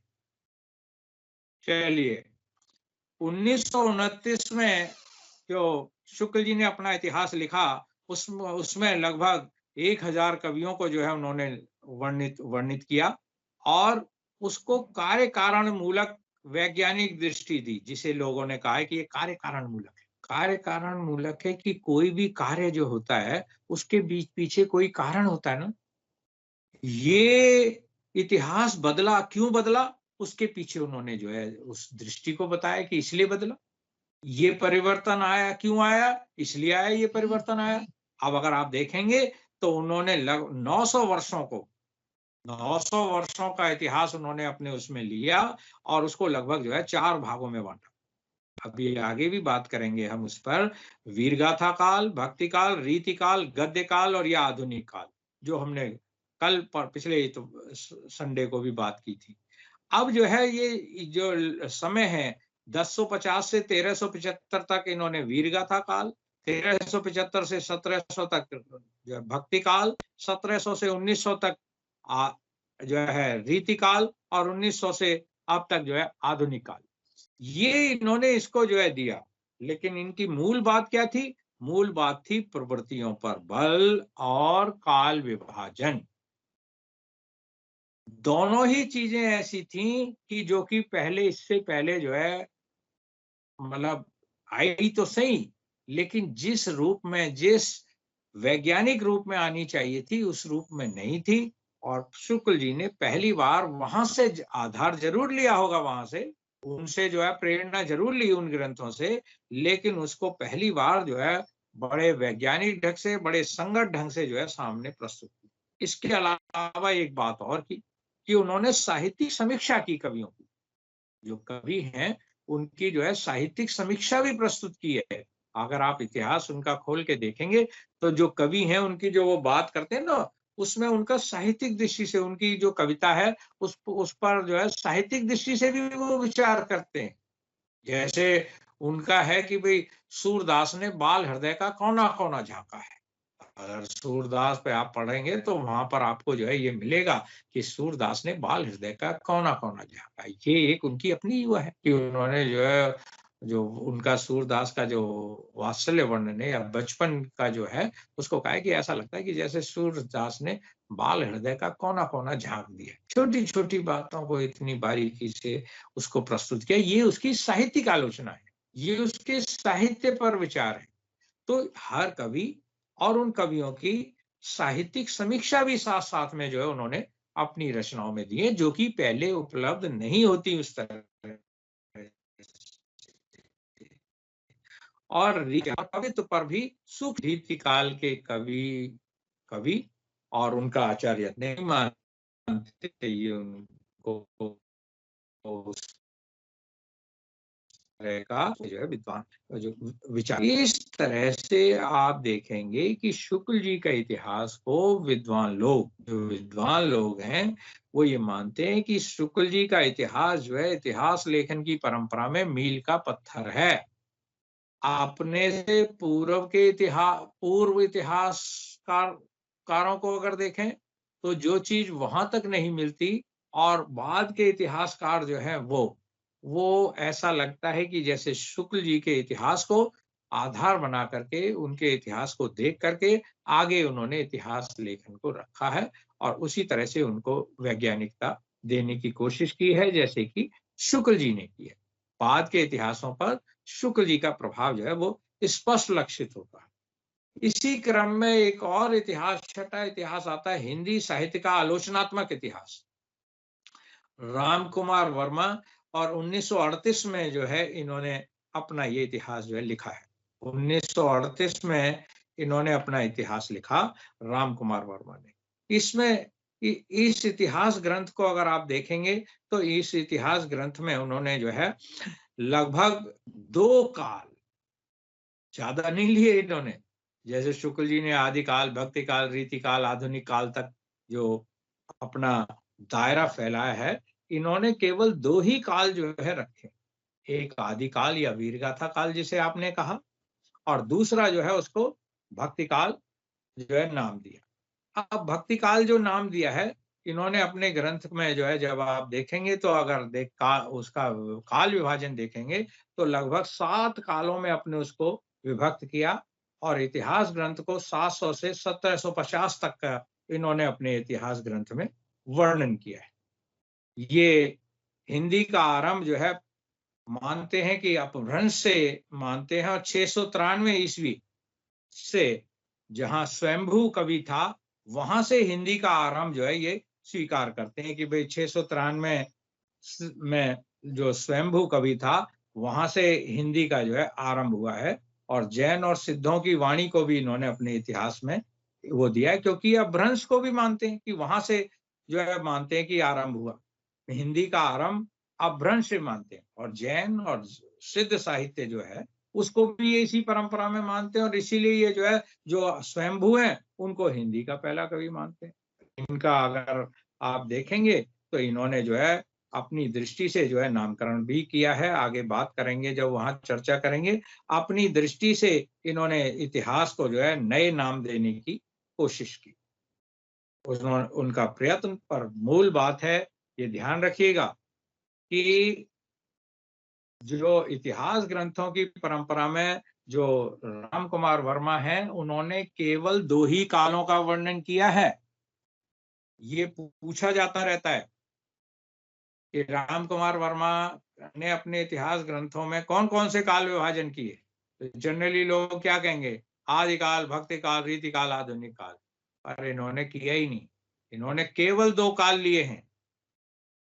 एक आदि काल या वीरगाथा काल जिसे आप कहेंगे या आरंभिक काल कहेंगे या अपभ्रंश काल कहेंगे, जो भी कहेंगे, और दूसरा जो है वो भक्ति काल या मध्य काल जो आप कहेंगे कि भाई ये भक्ति काल। 2 ही कालों का इन्होंने जो है वर्णन किया है और इनके यहाँ जो वो है ये कहते हैं काल विभाजन है, उसको इन्होंने अपने ढंग से नए नाम देने का प्रयत्न किया है और काफी इन्होंने नए नाम दिए हैं। आगे उस पर जब काल विभाजन पर बात करेंगे अभी तो उस पर चर्चा करेंगे। एक 7वां इतिहास है हिंदी साहित्य का उद्भव और विकास। ये एक चर्चित ग्रंथ है। आप जानते हैं हजारी प्रसाद द्विवेदी ने 1955 में इस ग्रंथ की रचना की। हिंदी साहित्य का उद्भव और विकास यानी कब उद्भव हुआ और कब कैसे विकास हुआ, इसको जो है उन्होंने अपने इस ग्रंथ में जो है प्रस्तुत किया है। इसी तरह के इतिहास को लेकर के इन्होंने कई ग्रंथ लिखे हैं। आदिकाल का नामकरण, हिंदी साहित्य की भूमिका, ये भी इनके ऐसे ही ग्रंथ हैं जो कि उनके इतिहास ग्रंथों से संबंधित हैं। इन्होंने भी शुक्ल जी की तरह जो इतिहास दर्शन है ना कि ज्यों-ज्यों जनता की चित्तवृत्तियों में परिवर्तन होता चला जाता है त्यों-त्यों जो है साहित्य के में जो है परिवर्तन होता चला जाता है। ये जो इतिहास दर्शन है इन्होंने भी अपना इतिहास दर्शन जो है रखा है सामने, इतिहास संबंधी विचार रखे हैं क्योंकि इनकी मान्यता थी कि ये कहते थे कि मैं साहित्य को मनुष्य की दृष्टि से देखने का पक्षपाती हूँ। ये परंपरा से ढूंढते हैं हर चीज को। ये हमारे यहाँ जो चीजें परंपरा से चली आ रही थी, उसी का साहित्य में आगे चल करके आगे की रचनाओं में या आगे के साहित्य में परंपरा से चली आ रही जो पुरानी परंपरा से जो परंपरा चली आ रही थी, उसी का विकास जो है देखने को मिलता है। ये नाथ और सिद्धों को भी इन्होंने वो दिखाया है कि नाथ और सिद्ध को है। आदिकाल के नामकरण पर भी विचार किया है। जैसे आप आदिकाल कह रहे हैं ना, वो इन्हीं का दिया हुआ नाम है। और कबीर पर प्रभाव भी दिखाया है नाथ और सिद्धों का। अगर आप उसको जो है बारीकी से देखेंगे तो इनके कबीर पर भी रचना है। इन्होंने कबीर पर अलग से रचना लिखी है और उन्होंने दिखाया कि नाथ और सिद्धों का प्रभाव कैसे है, कबीर के यहाँ जो है कहाँ से आया। वो कह रहे हैं कि वो हमें जो है जो अपभ्रंश में जो रचनाएं मिलती हैं, जो सिद्धों की रचनाएं मिलती हैं, वहां से आया। उनके यहाँ भी कड़वक पद्धति है। जो ये हिंदू और मुसलमान दोनों को जो फटकारते हैं कबीर, वो कहाँ से आया? वो वहीं से आया। जो दोहा छंद का प्रयोग करने की जो प्रवृत्ति है वो कहाँ से आई है? वो वहीं से आई है। जो मुक्तक काव्य में उपदेश देने की प्रवृत्ति है वो कहाँ से आई है? वो वहीं से आई है। तो इन्होंने बहुत सी गुरु का जो महत्व देने की प्रवृत्ति है वो कहाँ से आई है? वहीं से आई है। पहले एक प्रश्न आता था कि अपभ्रंश का हिंदी पर प्रभाव, बहुत पहले, अब से 40 साल पहले पूछा जाता था कि अपभ्रंश का हिंदी पर प्रभाव दिखाइए। उस समय ये बात आती थी कि अपभ्रंश में क्या क्या चीजें थी और वो हिंदी में कहाँ कहाँ आई। तो वही मैं आपको बता रहा हूँ कि ये कड़वक पद्धति, ये उपदेश देना, ये उलट बांसियां, उल्टी बात कहना, ये सारा का सारा अपभ्रंश का कबीर पर दिखाया है। उन्होंने कबीर के बारे में जो है जैसा लिखा है ना, वैसा किसी ने कहा। ऐसे थे कबीर, सिर से पैर तक मस्त मौला, आदत से अक्खड़, स्वभाव से फक्कड़, दिल से तर, दिमाग से दुरुस्त, भक्तों के लिए निरीह, वेशधारियों के लिए प्रचंड। ये उन्होंने कहा है कबीर के बारे में। और उन्होंने उस पर नई दृष्टि से जो है विचार किया कि कबीर जो है किस तरह के, उसके अंदर कैसे संस्कार आए, कैसे हिंदू और मुसलमानों के दोनों के संस्कार आए, इसकी भी उन्होंने जो है की है। आप देखेंगे कि हजारी प्रसाद द्विवेदी की जब आपको रचना को पढ़ेंगे या बात करेंगे तो आप देखेंगे कि उन्होंने शुक्ल जी की बहुत सी मान्यताओं को खंडित कर दिया है। वीर गाथा काल को खंडित कर दिया, जैसे इस्लाम का प्रभाव भक्ति काल पर था, खंडित कर दिया। जैसे नाथ और संतों पर जो है वो दिखाया गया है कि संतों पर जो है संत अनपढ़ थे। जैसे प्रेम मार्गी सूफी कवियों पर जो है दिखाया गया है कि उन पर जो है सूफियों का प्रभाव था। इस सब को उन्होंने नकार दिया। शुक्ल जी ने इस सब को दिखाया है और उन्होंने इस सब को नकार दिया। इस सूफियों पर जो प्रभाव है, ये जो प्रभाव है, ये कहाँ से आया? वो कहते हैं संस्कृत प्राकृत अपभ्रंश की परंपरा है। ये तो वहीं से सूफियों ने ले ली। और वो कहते थे कि सूफियों पर जो है वहां के अरब के लोगों की जो है वो थी, सूफियों का प्रभाव था प्रेम काव्य पर। जो सूफी संत थे, जो मक्का मदीना के सामने वहां बैठते थे, उनका प्रभाव है। जो उनके वस्त्र पहनते थे, जो पवित्र आत्मा वाले थे, वो थे सूफी। सूफी शब्द को अलग अलग ढंग से लोगों ने व्याख्यायित किया, तो उस वक्त बात करेंगे जब वहां पर चर्चा करेंगे। यहाँ क्योंकि इतिहास परंपरा पर बात कर रहे हैं, इसलिए यही इस बात को करते हुए मैं ये कह रहा हूँ कि शुक्ल जी की बहुत सी बातों को इन्होंने खंडित किया, इन्होंने नहीं माना। मान्यताएं उन्होंने उनकी जो है नहीं मानी कि मैं इससे सहमत नहीं। इस तरह से इस ग्रंथ भी ऐतिहासिक दृष्टि से इस ग्रंथ का भी मूल्य है कि क्यों? क्योंकि भाई इसमें बहुत सी नई मान्यताएं उभर करके सामने आई। एक और ग्रंथ है हिंदी भाषा और साहित्य का इतिहास, चर्चित है चतुरसेन शास्त्री, 1946 में इस ग्रंथ की रचना की। ये बड़ा ग्रंथ है, इसकी भूमिका भी पढ़ने योग्य है। इसमें भाषा, लिपि, ध्वनि आदि पर भी विचार किया गया। साहित्य के साथ साथ भाषा, लिपि, ध्वनि आदि, जो हिंदी की ध्वनियां हैं, हिंदी भाषा है, हिंदी की लिपि जो है, उस सब पर भी इन्होंने विस्तार से जो है विचार किया है। और हिंदी का आरंभ ये सन 760 से मानते हैं, 760 760 सन 760 से ये हिंदी का आरंभ मानते हैं, और मानते हैं कि जो सर हप्पा था, आपके कोर्स में लगा हुआ है, आपके कोर्स में मैडम ने पढ़ाया होगा आपको, विनीता मैडम ने, जो सर हप्पा है उसको हिंदी का पहला कवि मानते हैं ये। मेरी दृष्टि से जो सर हप्पा है वो हिंदी का पहला कवि है। नई मान्यताएं और स्थापनाएं इन्होंने की, नई नई अपनी ढंग से जो है मान्यताएं स्थापनाएं की। इस ग्रंथ की भूमिका पढ़ने योग्य है, क्योंकि इस ग्रंथ की भूमिका में लेखक ने लिखा है कि इस ग्रंथ को लिखने में ना मैंने बड़ा परिश्रम किया, यहाँ से वहां से वहां दुनिया भर में मैं भागता रहा इस ग्रंथ को लिखने के लिए, और मैंने बहुत इसको प्रयत्न किया, बड़ी मेहनत की, बड़ा पैसा भी लगाया, लेकिन फिर भी मैं जैसा चाहता था वैसा ग्रंथ ये बन नहीं पाया। दिमाग में था पर नहीं हो पाता है, इस तरह का नहीं बन पाते हैं कई बार रचना उस तरह की, पर भूमिका बड़ी अच्छी है, प्रभावित करती है, पढ़ने पर अच्छा लगता है। एक और है हिंदी साहित्य का बृहत इतिहास। अगर आप देखेंगे तो ये इतिहास जो है 1984 में नागरिक प्रचारणी सभा द्वारा 16 वॉल्यूम में लिखा गया। इसके 16 लगभग 16 वॉल्यूम में 1984 में जो है लिखा गया था, और बड़ा ग्रंथ है ये सामूहिक प्रयास। अब तक जो ग्रंथ थे वो वैयक्तिक प्रयास के थे, निजी प्रयास था, निजी सोच थी, अपने व्यक्ति के अपने विचार थे। ये सामूहिक प्रयास से लिखा गया ग्रंथ है, जो कि पूरे कई 100 लोगों ने मिलकर के, अलग अलग उसके वॉल्यूम है, हर वॉल्यूम के अलग अलग संपादक हैं, संपादकों में अलग अलग लेखक हैं। इतना बड़ा जो वो है वो नागरिक प्रचारणी सभा के उससे जो है लगभग प्रयास से जो है ये लिखा गया है। ये भी हिंदी साहित्य के इतिहास लेखन की परंपरा में एक बहुत बड़ी उपलब्धि है कि अपने पूरे इस इतिहास को उन्होंने 16 वॉल्यूम में जो है रखने का जो प्रयत्न किया, 16 भाग उसके जो है बनाए हैं।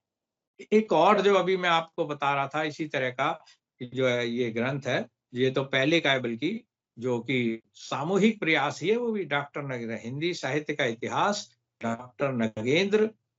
अब जिसके संपादक हरदयाल जी हो गए हैं, वो भी सामूहिक प्रयास है। उसमें आप खोल करके अगर आप देखेंगे तो आप देखेंगे कि उसमें हर काल के, जैसे प्रेम मार्गी का उसका एक अलग लिखने वाला है, प्रेम ज्ञान मार्गी का उसका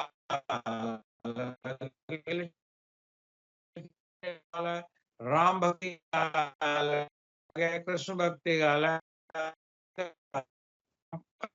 सारी चीजों को जिन्होंने संपादित सामूहिक, इसलिए सामूहिक प्रयास में तो हर आदमी की अपनी फिर वीक हो गई। हेलो हेलो सर अभी आ रही है। ये आज ही मेरी आवाज वीक हो रही है। ये सामूहिक प्रयास है, इसमें भी जो है बहुत से लोगों का इसमें जो है प्रयत्न जो है वो जुड़ा हुआ है। कई सौ लोगों ने मिलकर के लिखा है इसको, अलग अलग चीजों ने। नाटक का विकास है वो अलग ने लिखा, तो उपन्यास का विकास है वो अलग ने लिखा है, प्रेमचंदोत्तर उपन्यास है वो किसी ने लिख दिए। ऐसे उसको जो है अलग अलग भागों में बांट करके लोगों के जो सामूहिक प्रयास है उसको सामने रखने का जो है उन्होंने प्रयत्न किया है, उसी को जो है सामने रखा है। तो ये जो है उनका इतिहास इसके बाद क्या लिखे नहीं गए, ये तो मैं वो बता रहा हूँ जो कि मूल रूप से चर्चित इतिहास ग्रंथ हैं और जो बड़े मौलिक हैं।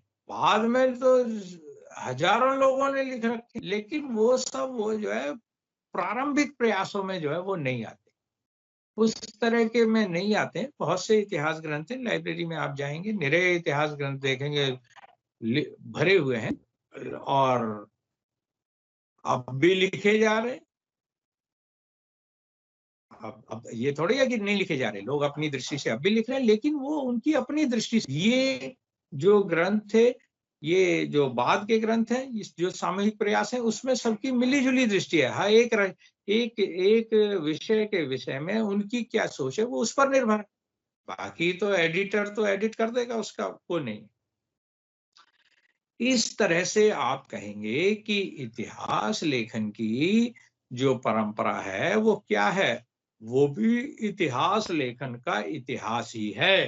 इतिहास लेखन की परंपरा एक तरह से इतिहास लेखन का इतिहास ही है और कुछ नहीं है। कौन कौन सा इतिहास जो है वो लिखा गया, कौन कौन से उसकी जो क्या उसकी स्थिति है, ये वही है, इसके अलावा और कुछ नहीं है। वही तो परंपरा को वही तो है, इतिहास लेखन का इतिहास ही इतिहास लेखन की परंपरा है, अगर एक लाइन में कहूं। इस तरह से जब आप विचार करेंगे तो आपकी परंपरा जो है वो पूरी हो जाएगी। आप पढ़िए, किताबों में से पढ़िए, लेसन में से पढ़िए, बहुत ज्यादा आपको जो है उसमें सामग्री इससे ज्यादा नहीं मिल पाएगी। तो इसलिए जो है आप पढ़िए उसको, आप लेसन में से भी पढ़ सकते हैं, किताबें देखिए उनमें से पढ़िए, पर बातें यही हैं जो मैं बोल। आइए एक और विषय है जो अभी है, काल विभाजन। हिंदी साहित्य का या इसका आदिकाल से रीतिकाल, बाद में तो कोई ऐसा वो है ही नहीं, लेकिन शुरू में जो है काल विभाजन की समस्या जो है वो वाकायदा जो है बनी रही। अभी जैसे मैं ऊपर अभी आपको जो अभी चर्चा करके चुका हूं कि भाई जो इस्तवार दैले लिटरेचर एंदुई हिंदुस्तानी जो था, उसमें तो ये काल विभाजन की बात ही नहीं थी।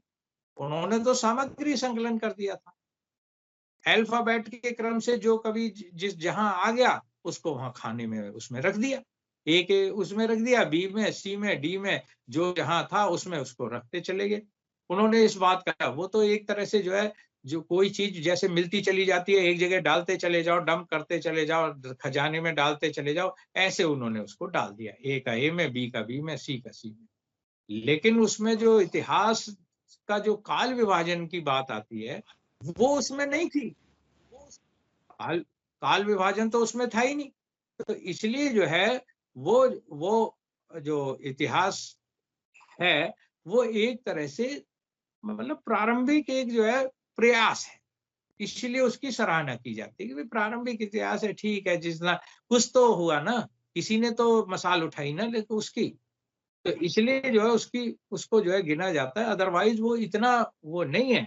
पर क्योंकि भाई पहला प्रयास है, वो पहले प्रयास को आप आदमी अपने पहले कदम को कभी भूल नहीं पाता, उसको वो चाहता है कि कैद कर लो, कैमरे में कैद कर लो, पहला कदम जो है रखा। दूसरा इतिहास जो है शिव सिंह सेंगर का जो मैंने आपको बताया, तो शिव सिंह सेंगर ने भी उसी तरह से उन्होंने अंग्रेजी में किया, उन्होंने हिंदी में कर दिया। अल्फा अंग्रेजी के वर्ण क्रम की बजाय हिंदी के वर्ण क्रम से ए आ ई यू ए के क्रम से रख दिया उनको, के क्रम से रख दिया उन कवियों को। पर वहां भी जिस तरह का उसका विभाजन होना चाहिए था वो उसमें भी आपको देखने को नहीं मिलता।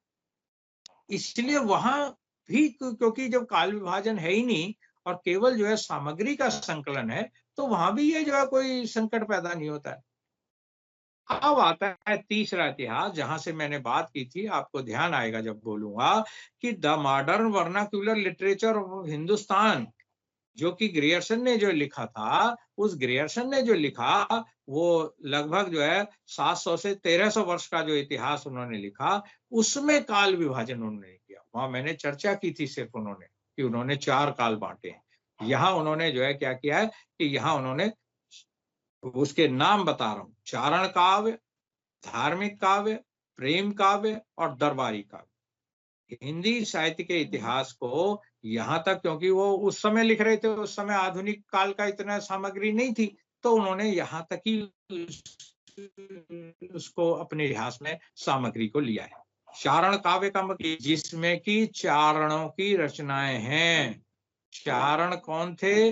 जो कि चारण और भाट शब्द अगर आपने सुने हो, जो लोग होते, जो एक जाति होती, चारण भी भाट भी, जो राजस्थान में जो हुआ करते, जो घूमते रहते थे, जो एक तरह से एक स्थान से दूसरे स्थान जो है जाते रहते थे, उनकी रचनाएं हैं, चारणों की रचनाएं। और जो है इसमें क्या है, जो आदिकालीन, जिन्होंने उसको आदिकाल या वीरगाथा काल ना कह करके उसको चारण काल नाम दिया है, चारण काल। ये नहीं कह रहे कि ये वीरगाथा काल है या ये काल है, इन्होंने नाम दिया चारण काल उसको। दूसरा इन्होंने काल विभाजन किया धार्मिक काव्य। धार्मिक काव्य को उन्होंने जो है रखा कि उसमें जो है जो जिसे हम भक्ति काल कहेंगे वो धार्मिक काव्य है। उसी में से उस धार्मिक काव्य को उन्होंने जो है अपने उसमें जो है रखा है, विभाजित किया है उसमें रख करके। और फिर है प्रेम काव्य। धार्मिक काव्य का ही इन्होंने अलग से उसको नाम दिया प्रेम काव्य, यानी जो कि प्रेम मार्ग से संबंधित जो प्रेम का जो काव्य है। और फिर है दरबारी काव्य, जिसे कहा जाता है कि ये रीति काल, जो रीति काल को दरबारी कविता भी कहा जाता है, दरबारी काल भी इसीलिए कहा गया है। तो इसलिए इन्होंने यहाँ तक का जो अपनी जो ग्रंथ है उसको 4 जो है कालों में विभाजित किया। चारण काल, धार्मिक काल, प्रेम काल और दरबारी काल। पूरा का पूरा जो अगर आप काव्य कहना चाहें तो चारण काव्य, धार्मिक काव्य, प्रेम काव्य और दरबारी काव्य, इन 4 भागों में उन्होंने जो है अपने इतिहास ग्रंथ को जो है वो विभाजित किया है। दूसरा इसमें आता है मिश्र बंधु विनोद, जो मैंने बताया था कि मिश्र बंधु 3 भाइयों ने मिलकर के जो है इस ग्रंथ की रचना की थी लगभग 1913 में। तो इन्होंने जो उसको नाम दिया है वो नाम दिया है कि ये आरंभिक काल, मध्यकाल, अलंकृत काल और परिवर्तन काल। तो ये कहते हैं कि भाई आरंभिक काल को भी इन्होंने, इसीलिए वहां मैंने कहा था कि उन्होंने लगभग 8 भागों में जो है विभाजित किया है। इन्होंने क्या किया है कि पूर्व आरंभिक काल, उत्तर आरंभिक काल, मध्यकाल, पूर्व आरंभिक मध्यकाल, उत्तर आरंभिक मध्यकाल, अलंकृत काल, यानी ये अलंकृत काल कह रहे हैं उसको, जो रीति काल है। वहां नामकरण जब आएगा तब आएगा कि मिश्र बंधुओं ने इसको अलंकृत काल कहा है। अलंकृत काल यानी पूर्व अलंकृत काल, उत्तर अलंकृत काल, और लास्ट में है ये परिवर्तन काल, पूर्व और वो जो है उत्तर। ये आधुनिक काल है, जो परिवर्तन काल का मतलब है कि अब जो है परिवर्तन हो गया, नई चीजें आ गई, नया वो बदल गया। इस तरह से इन्होंने अपने पूर्व और उत्तर करके अपने इतिहास ग्रंथ को का जो है काल विभाजन किया है। इस तरह से आपको इसका काल विभाजन 8 रूपों में जो है वो देखने को मिल जाए। फिर इसी तरह से जो है आप देखेंगे कि हिंदी साहित्य का इतिहास आचार्य रामचंद्र शुक्ल का है। आचार्य रामचंद्र शुक्ल ने इसको जो है हिंदी साहित्य का इतिहास जो नाम दिया, इसको जो है 4 भागों में बांटा।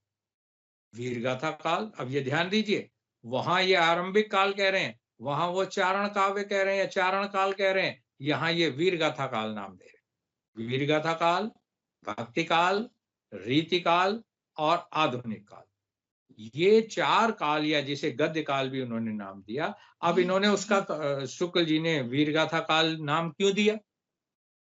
क्योंकि उस समय जब शुक्ल जी इतिहास लिख रहे थे तो उस समय वीरता, उस समय उनको 12 ही ग्रंथ उपलब्ध थे, केवल सिर्फ 12 ग्रंथ। 12 ग्रंथों में से लगभग 8 ग्रंथ जो थे वो ऐसे थे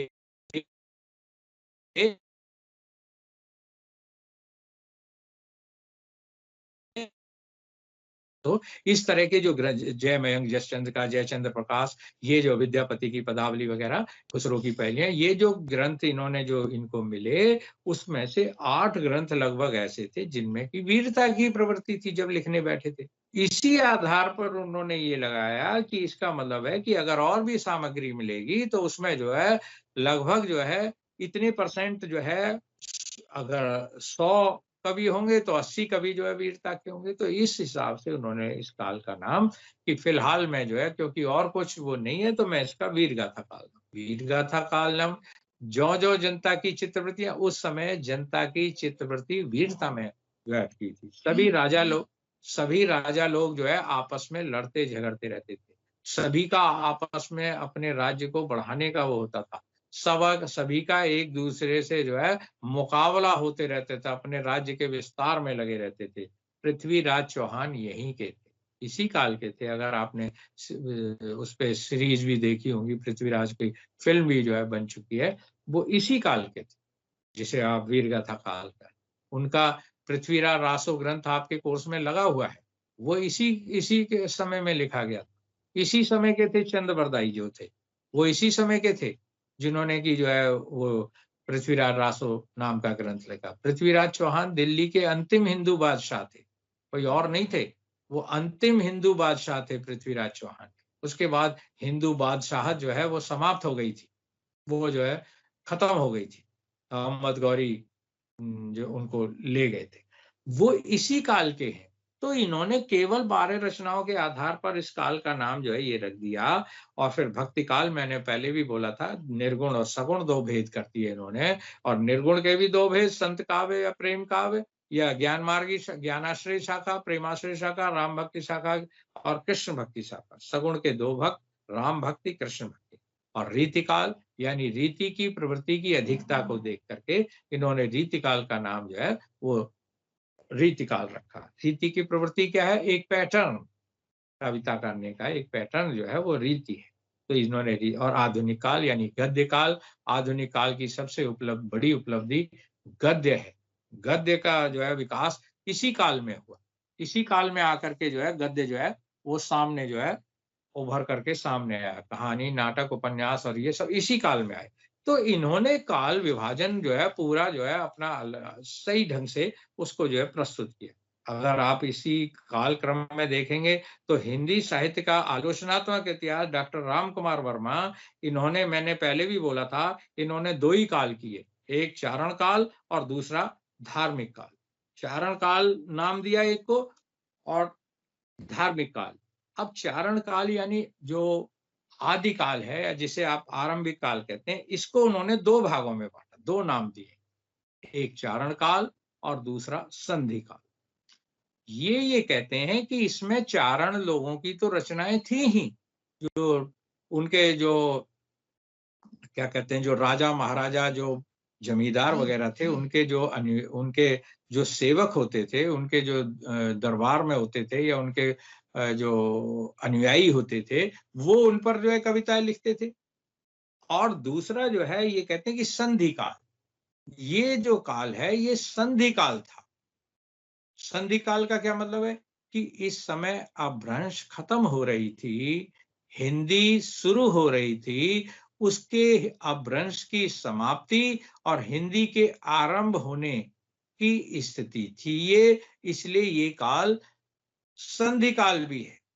दो नाम दिए इन्होंने, चारण काल और संधि काल। इसमें चारणों की रचनाएं मिलती हैं और इसमें संधि भी है, क्योंकि ये उस पॉइंट पर आकर के, जैसे क्षितिज होता है ना, आकाश और पाताल जहां मिलते हुए दिखाई देते हैं दूर से, वैसे ही ये संधि काल है।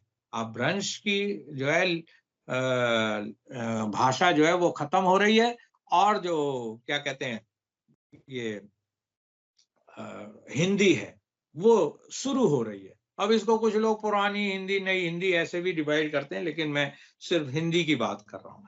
अब अगर आप इनको दूसरा देखेंगे कि धार्मिक काल, तो धार्मिक काल को इन्होंने जो, जिसे हम भक्ति काल कहते हैं, इन्होंने ही इसको जो है नाम दिया है संत काव्य और प्रेम काव्य। निर्गुण ज्ञानाश्रय शाखा को जो दूसरा नाम दिया ना, वो तो कह रहे थे कि ये तो ज्ञानाश्रय शाखा है, शुक्ल जी, तो इन्होंने नाम दिया कि नहीं, ये संत काव्य है और प्रेम काव्य। हिंदी साहित्य के इतिहास में जो भक्ति काल है उसको जो है संत काव्य और ये नाम दिया, और इसी में इन्होंने राम भक्ति और कृष्ण भक्ति इसको भी जो है सामने रखा। दो नाम, किसी का नया नाम देना वो बड़ी बात होती है। संत काव्य, जिसको कि हम जो है निर्गुण भक्तों में मानते हैं कि संत काव्य है, तो जिन्हें हम कहते हैं कि ज्ञान मार्गी या ज्ञानाश्रय शाखा, उन कवियों को इन्होंने संत का कवि कहा। और दूसरे जो थे, जिन्हें सूफी कवि हम कह रहे हैं, प्रेम मार्गी कवि कह रहे हैं, प्रेमाश्रय शाखा कह रहे हैं, उन्हें कह रहे हैं कि ये प्रेम काव्य के कवि। और राम भक्ति और कृष्ण भक्ति, इस तरह से आप देखेंगे कि जो साहित्य का जो काल विभाजन है वो यहाँ तक जो है इस तरह से चलता रहा। और जो है इसके अलावा अगर आप देखेंगे तो बहुत से लोगों ने केवल थोड़ा ही लिखा है, जैसे राहुल सांकृत्यायन ने राजस्थानी भाषा और साहित्य, इस पर उन्होंने आदिकाल को जो है सिर्फ जो है नाम दिया कि ये काल जो है सिद्ध सामंत काल है। आदिकाल का अगर आप कहें ना तो इसका जो है नाम है सिद्ध सामंत काल। काल विभाजन हो रहा है। तो कुछ लोगों ने केवल एक ही काल पे हिंदी राजस्थानी भाषा और साहित्य चर्चित रचना है राहुल इनकी, तो राजस्थानी भाषा और साहित्य रचना में उन्होंने सिद्ध सामंत काल जो है उसको जो है नाम लिया है। और सरहपा, लुईपा, सवरपा ये उस समय के जो है जो अपभ्रंश के पुरानी हिंदी के जो कवि थे उनमें जो है या सिद्ध थे उनमें इनका जो है उन्होंने नाम लिया है। वो कहते हैं इसमें सिद्धों की रचनाएं हैं। सिद्ध कौन से? 84 सिद्ध जो अभी मैं नाम गिना रहा हूँ, ये सब सिद्ध हैं। सरहपा, लुईपा, कन्हपा, पुष्पदंत, ये गुरु गोरखनाथ, ये सब जो है सिद्ध थे। और दूसरा सामंत यानी राजा लोगों की रचना है। जैसे अभी मैं बात कर रहा था कि पृथ्वीराज चौहान या पृथ्वीराज रासो, खुमान रासो, परमाल रासो, बीसल देव रासो, पहले बीसल देव रासो लगा हुआ था आपके कोर्स में भी बहुत पहले, तो बीसल देव रासो, ये सारे के सारे सामंती काव्य। राजा है वो चला गया निकल करके और उसके ऊपर फिर कविता, बीसल देव जो है के ऊपर जो है वो कविता है, पूरा काव्य है। हमीर रासो, हमीर राजा इतिहास में हुआ है और उसके ऊपर जो है वो है। तो ऐसे बहुत से उसमें सिद्धों की भी रचनाएं थी। वो सिद्ध जो है वो जैन सिद्ध भी थे और जो है अपभ्रंश के में आते हैं ये, जैनियों की भी थी और नाथ सिद्धों की भी, सबकी जो है रचनाएं इसमें जो है आपको देखने को मिल जाएंगी। फिर इसके अलावा एक और नाम आता है हजारी प्रसाद द्विवेदी, जिन्होंने वैसे जो नाम औरों में तो इतनी वो नहीं है, लेकिन उनका है आदिकाल। यहाँ है कि जब आप इस काल विभाजन पर बात करते हैं तो शुक्ल जी ने, जिसको मैं कह रहा था ना कि शुक्ल जी की मान्यताओं का खंडन किया है, तो शुक्ल जी ने जिस काल को वीरगाथा काल नाम दिया, आचार्य हजारी प्रसाद द्विवेदी ने उसको जो है आदिकाल नाम दिया। और उन्होंने ये कहा कि भाई जो अपने इस नामकरण को स्पष्ट भी किया कि ये काल आदिकाल नाम देने से ऐसा लगता है कि ये जैसे कोई बड़ी पुरानी मान्यताओं का, बड़ा रूढ़ियों का ऐसा काल होगा, पर ऐसा नहीं है। ये भी जो है परंपरा प्रिय और रूढ़ियों से दूर एक जो है ऐसा काल था जिसमें कि महाकाव्य जैसा ग्रंथ लिखा गया।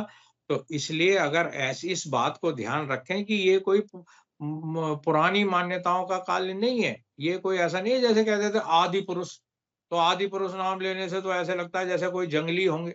आदि मानव, ऐसे लगता है जैसे आदि मानव लोग होते हैं।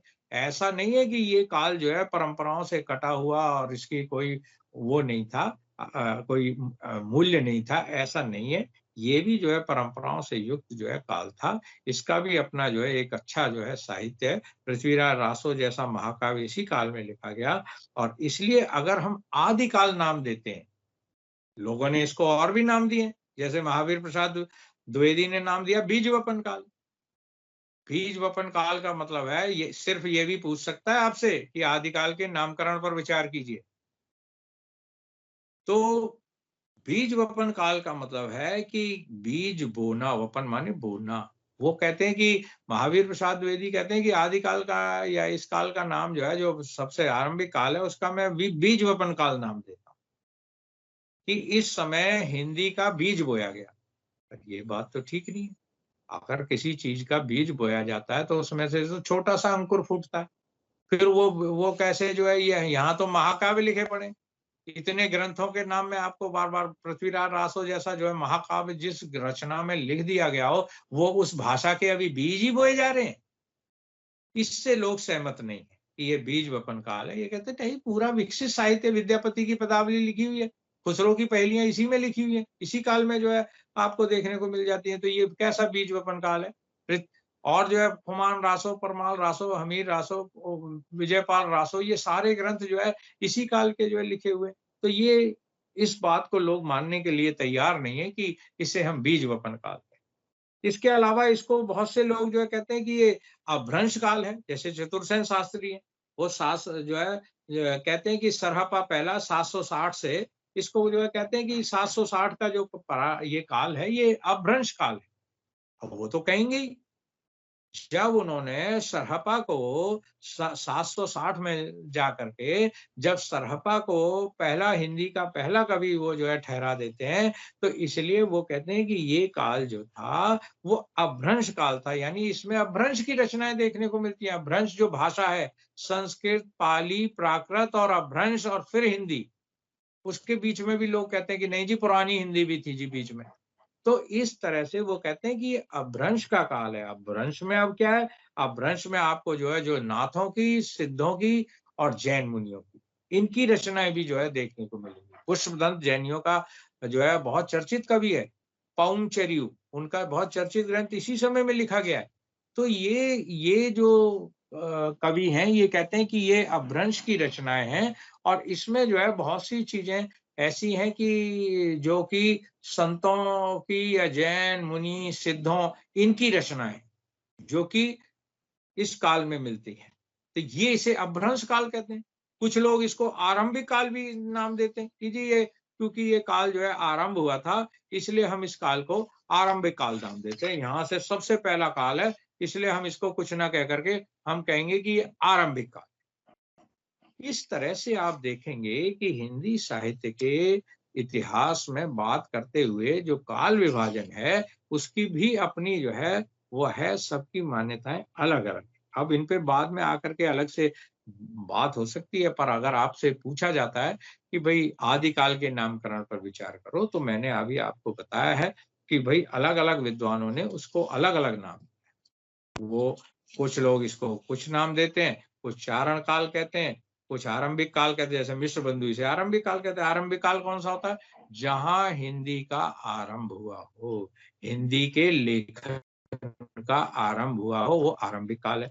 कुछ लोग इसे जो है कह देते हैं कि ये जो है अपभ्रंश काल है, कुछ लोग इसे बीज वपन काल कहते हैं, कुछ लोग इसे वीर काव्य नाम देते हैं, कुछ लोग इसे जो है आदिकाल नाम देते हैं, कुछ उसे राहुल सांकृत्यायन जैसे सिद्ध सामंत काल नाम देते हैं, वो जो है उसको संधि काल और चारण काल नाम देते हैं इसी काल को। तो इस तरह से आप देखेंगे कि विद्वानों ने अपनी अपनी दृष्टि से, अपने अपने नजरिए से उस साहित्य को पढ़ा और उसको अपनी अपनी दृष्टि से अलग अलग नामों से पुकारा है। ये एक दृष्टि भेद होता है। इंसान की दृष्टि जिस चीज पर जाती है वो उसी को देखेगा ना, अपने देखने का नजरिया। अब जैसे राहुल सांकृत्यायन थे, वो तो जो है तिब्बत गए, वहां से जो है बहुत बड़ा साहित्य जो है लेकर के आए, लाद करके लाए, घोड़ों पर लाद करके लाए, उसी पर उन्होंने काम किया इतना। तो वो तो कहेंगे कि इसमें तो सामंतों की रचना है, सिद्धों की रचना है। उन्होंने मिला जुला सिद्धों की भी रचना है और सामंतों की रचना है, सिद्ध सामंत काल है, उन्होंने इसको नाम दे दिया। हजारी प्रसाद द्विवेदी हैं, वो कहते हैं यार ये सब नाम इस कमियां हैं, अगर आप आदिकाल नाम देते हैं ना, अगर आप आदिकाल नाम देते हैं तो सारी समस्याएं जो है आदिकाल नाम खत्म हो जाती है। क्यों? क्योंकि अगर कोई कहता है जी ये तो सिद्ध सामंत काल है, कि हाँ भाई सिद्ध सामंत काल तो है, हमारे यहाँ आदि संबोधन किसी भी चीज को देने की परंपरा रही है, हम आदि संबोधन देते रहे हमेशा कि भाई कौन आदि गुरु शंकराचार्य, कौन आदि मानव, कौन आदि ग्रंथ, ये सारे के सारे हम आदि संबोधनों से संबोधित करते रहे हैं ऐसी चीजों को। तो इसलिए हम कह सकते हैं कि जो आदिकाल नाम देने से बाकी के सभी काल इसमें जो है अपने आप समझ आएंगे। अगर कोई कहेगा जी ये वीर गाथा, हाँ भाई आदिकाल में ही तो था वीर गाथा काल, वीरों की रचनाएं उसी में तो थी, जो सबसे प्राचीन काल था, जो सबसे पुराना आदिकाल जो था उसमें वीरों की रचना कि जी इसमें तो जो है जैनियों की भी रचना है, हाँ भाई जैनियों का साहित्य भी इसी में मिलता है कि जी ये तो सिद्ध सामंत है, हाँ सिद्धों और सामंतों का भी आदिकाल में ही तो थे ये भी सिद्ध और सामंत।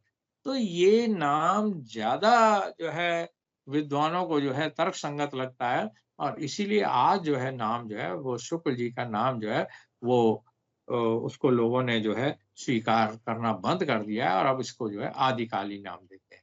पर क्योंकि हमें तो इतिहास पर विचार करना है और इतिहास में कौन आदमी क्या बात कर रहा है इसको हमने जो है आपके सामने रखा। उन्होंने सामने रखने की उनकी है जो बात है वो ये है कि ये सबसे आदि माने पहला प्रथम है, इसलिए मैं इसको आदिकाल नाम देता हूँ, पहला काल है।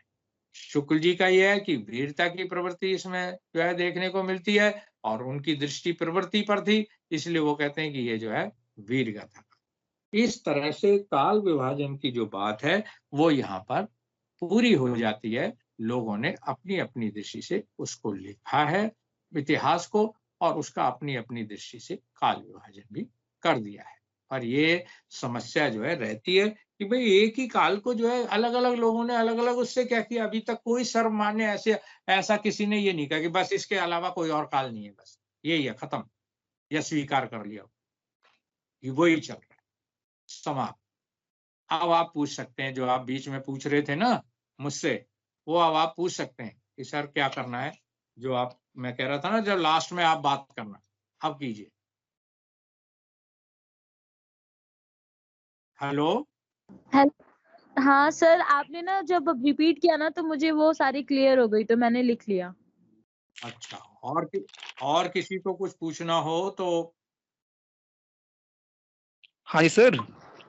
हाँ जी सर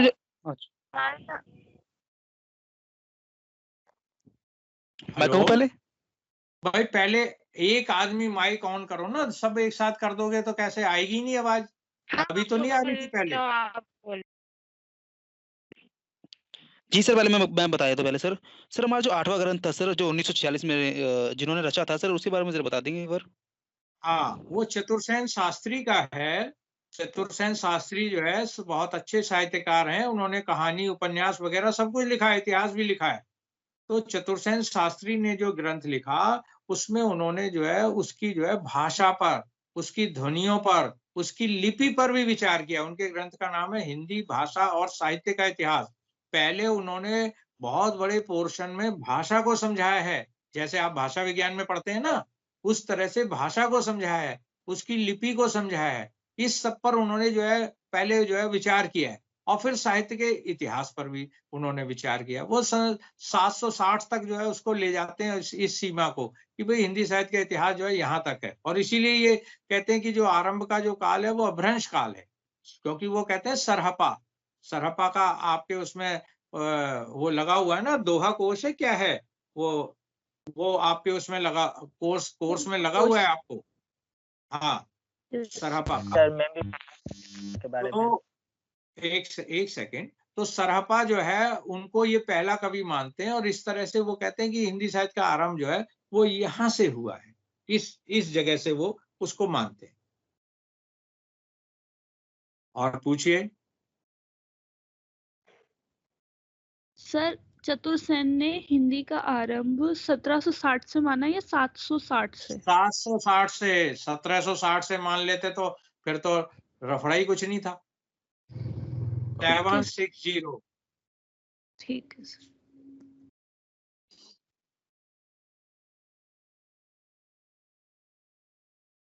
बंद करूं, आप लोग लीव हो जाइए फिर। Sir hello. हेलो सर, मुझे ये बोलिए। पूछना था कि 2019 के एक पेपर में पहला क्वेश्चन था, इतिहास और आलोचना का संबंध बताइए। तो क्या इतिहास जी। लेखन परंपरा को ही इसके अंदर लिखेंगे हम? नहीं, कुछ अलग है? अलग है वो, तो सर अलग क्या है। लिखेंगे? उसमें आलोचना की बात करेंगे कि भाई भारतेंदु युगीन आलोचना कैसी थी, द्विवेदी युगीन आलोचना कैसी थी, ये इस पर विचार होगा। तो सर ये फर्स्ट इकाई में तो हम पूरा आदिकाल से आरंभ करेंगे। हाँ, पहले नहीं, पहले आप ये कर लो ताकि आपकी समझ में कुछ चीजें आ जाएं, फिर उस पर बात कर लेंगे। पहले आपको ये इसलिए क्या है कि ये आपके रूटीन का मैटर है ना। अब आलोचना के लिए तो जो आलोचना साहित्य है, फिर उस पर जो है वो होगी कि साहित्य और आलोचना में क्या अंतर है। पहले साहित्य लिखा जाएगा, फिर उसकी आलोचना होगी, और रचनाकार अपनी दृष्टि से उसकी आलोचना करता है। हर रचनाकार की वो मार्क्सवादी आलोचना हो सकती है, वो परंपरागत आलोचना हो सकती है, वो जो है साहित्य क्या कहते हैं, वो रसवादी आलोचना हो सकती है। वो कई तरह की आलोचना है ना, तो उस हिसाब से फिर उस पर विचार होगा। सर ये कितने मार्क्स का क्वेश्चन आता है पेपर में? देखो बेटे, ये तो निर्भर करता है ना वो कितने सवाल पूछते हैं। अगर वो 100 नंबर में आपका डिवीजन करते हैं तो मेरे ख्याल 15-15 नंबर, 20-20 नंबर का होना चाहिए 5 क्वेश्चन।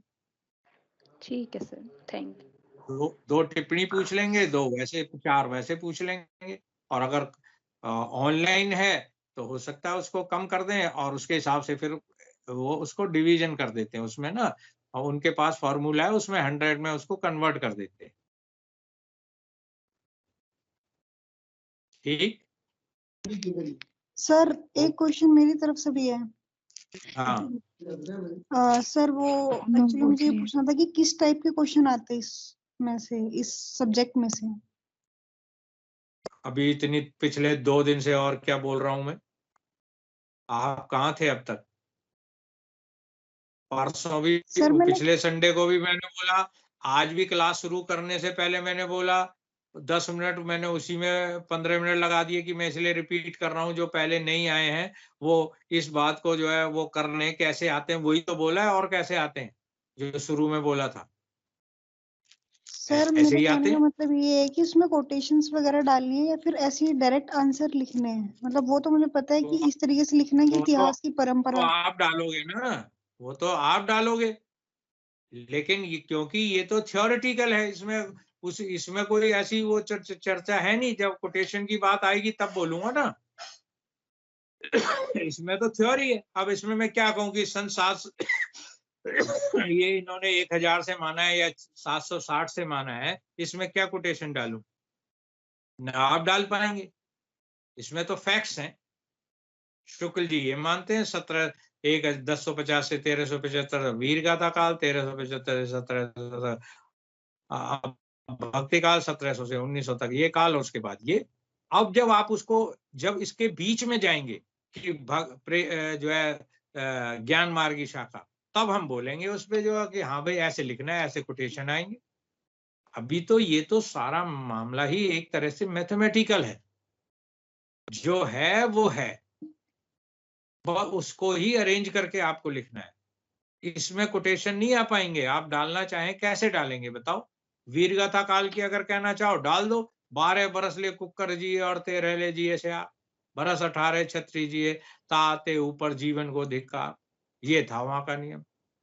वो आप कह सकते हो कि ये उस तरह का जो है वहां पर जो है आदिकाल में जो है ये था, वीरता परक काव्य था भाई। 18 से ऊपर तो छत्री अगर जिंदा रहता तो उसे धिक्कार है, बिल्कुल मर जाना चाहिए। लड़ता रहता है, वो युद्ध करता रहता है। आप डालना चाहें कहीं ऐसे, पर वहां क्योंकि संगत नहीं लग रहा ना, वहां तो एक उसकी चर्चा चल रही है। जब इसकी आप प्रवृत्तियों पर विचार करेंगे फिर आएंगे वो जो आप कह रही हैं, फिर आपको डालने भी पड़ेंगे। अभी तो उसकी थ्योरी पर बात हो रही है कि भाई नामकरण हुआ, विभाजन हुआ, कैसे हुआ। ठीक है सर एक चीज और पूछना चाहूंगी कि जो आपने भी कहा कि जैसे 20 मार्क्स का 5 क्वेश्चन होंगे तो 20 मार्क्स का ऐसे होगा, तो उसका आंसर कम से कम कितना होना चाहिए 20 मार्क्स के हिसाब से? भाई आप जो है 50 पेज लिख दो और काम की बात एक नहीं लिखो तो इसका क्या हिसाब है? लेकिन हाँ, 4-5 पेज तो हो ही जाते हैं ना 20 नंबर के क्वेश्चन में। जी सर, आप इसे भी जो मैंने आप जो इसे भी जब एक्सप्लेन करोगे, मैंने तो आपको पॉइंट सिस्टम में बता दिया कि एक बात ये है कि ये है कि ये। जब आप इसको रनिंग मैटर में लिखोगे तो यही हो जाएंगे 4 पेज तो। जी सर। जब आप इसकी भूमिका भी लिखोगे, फिर इसका एंड भी करोगे तो अपने आप हो जाएंगे। जी सर, ठीक है, थैंक यू सर, इतना ही जानना था। जी सर। आप लीव कर जाइए प्लीज। सर मेरा कि जब हम ये हिंदी साहित्य का इतिहास लेखन परंपरा लिखेंगे तो उसमें उसके गुण और दोषों नहीं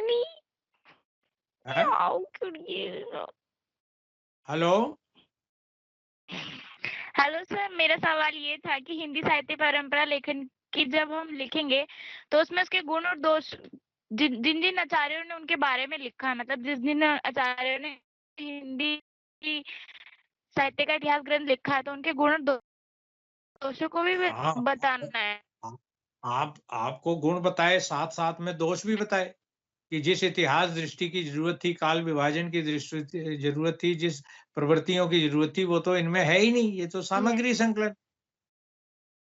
और जिन्होंने अच्छा किया उनको कहा कि इन्होंने अच्छा किया, काल अच्छा ऑनलाइन किया, ये किया है।